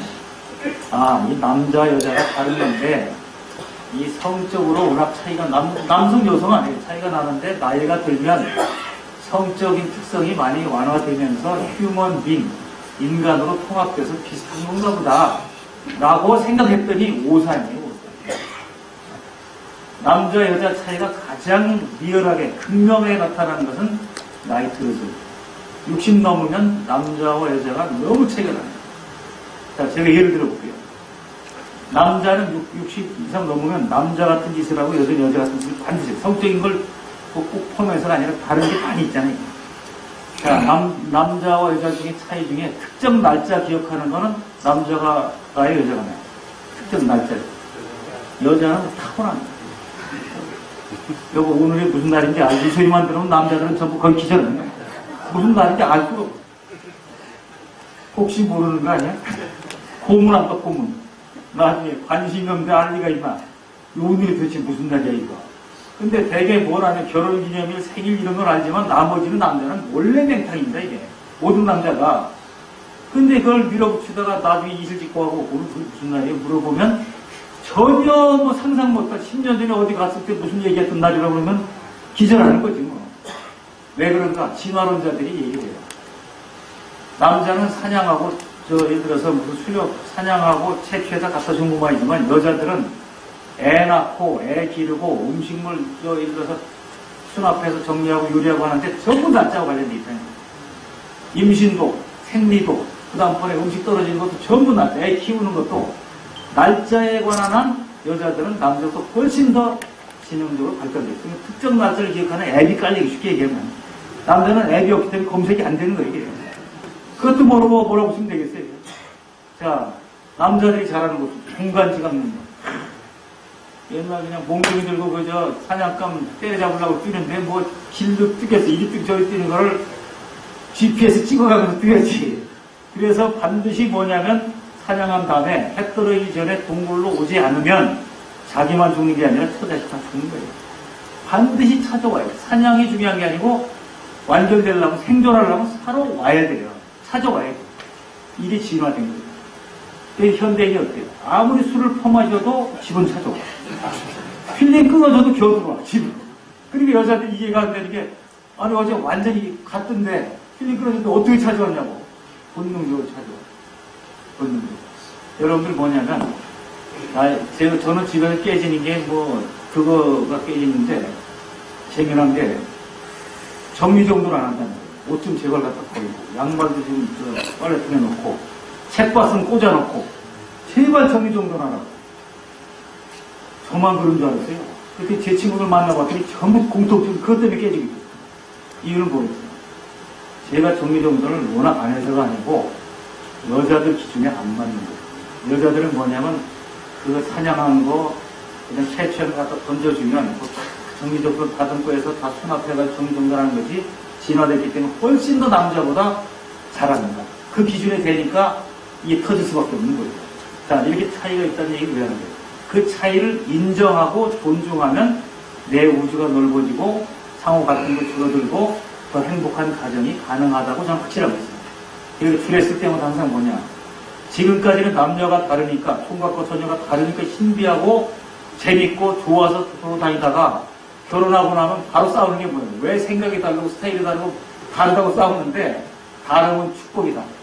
다름을 인정하고 존중하고 다름까지 사랑하면 그게 행복한 인생이다. 그 한 가지 하면 끝입니다. 둘에서. 긴 얘기하면 뭐예요? 나머지는 자기들 살아가면 되는 거죠.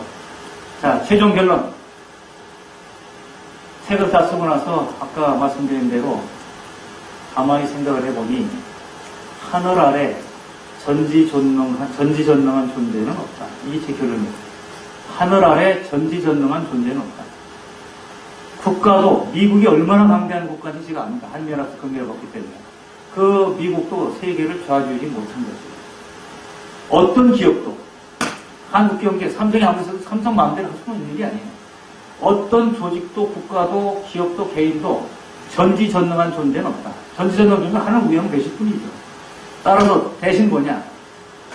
하늘 아래 존재에게는 전지전능한 존재 대신에 서로 협력하고 협업할 능력을 주셨다.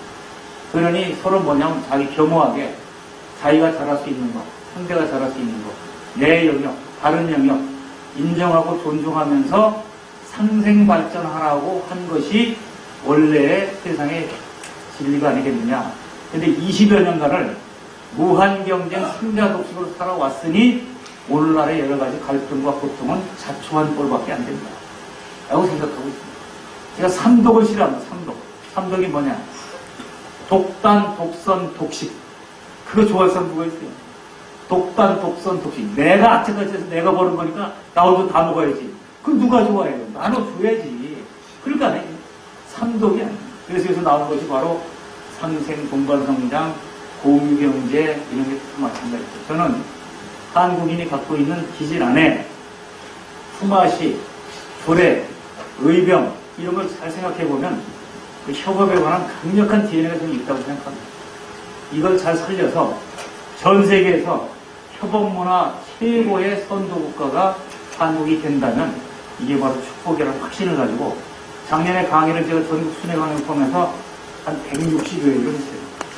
그게 뭐 재능기부 강의도 했고 뭐 비싼 돈 받고 강의도 했고 다 했는데 보람을 여기고 금년에도 책을 냈으니까 열심히 강의를 했습니다. 대치포럼 우리 회장님하고도 인연이 있고 해서 꽤 오래전부터 한번 여기 와서 재능기부 강의 한 것도 있으니까 그래서 제가 바로 얘기했습니다. 오케이.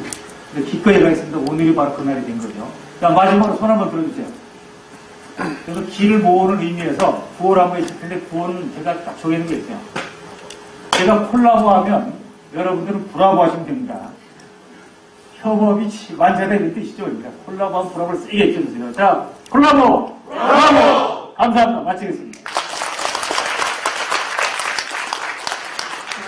네, 이상으로 방송을 마치겠습니다. 꿈과 행복 키움 지역 역시 오늘도 명강의를 주셨군요. 너무 잘 들었고요. 제가 우리 총기 사건이 2번에 걸쳐서 났었잖아요. 우리 회장님 말씀 들어보니까 독식 이걸로 결국 화를 자초하지 않았냐 이런 생각이 들었습니다.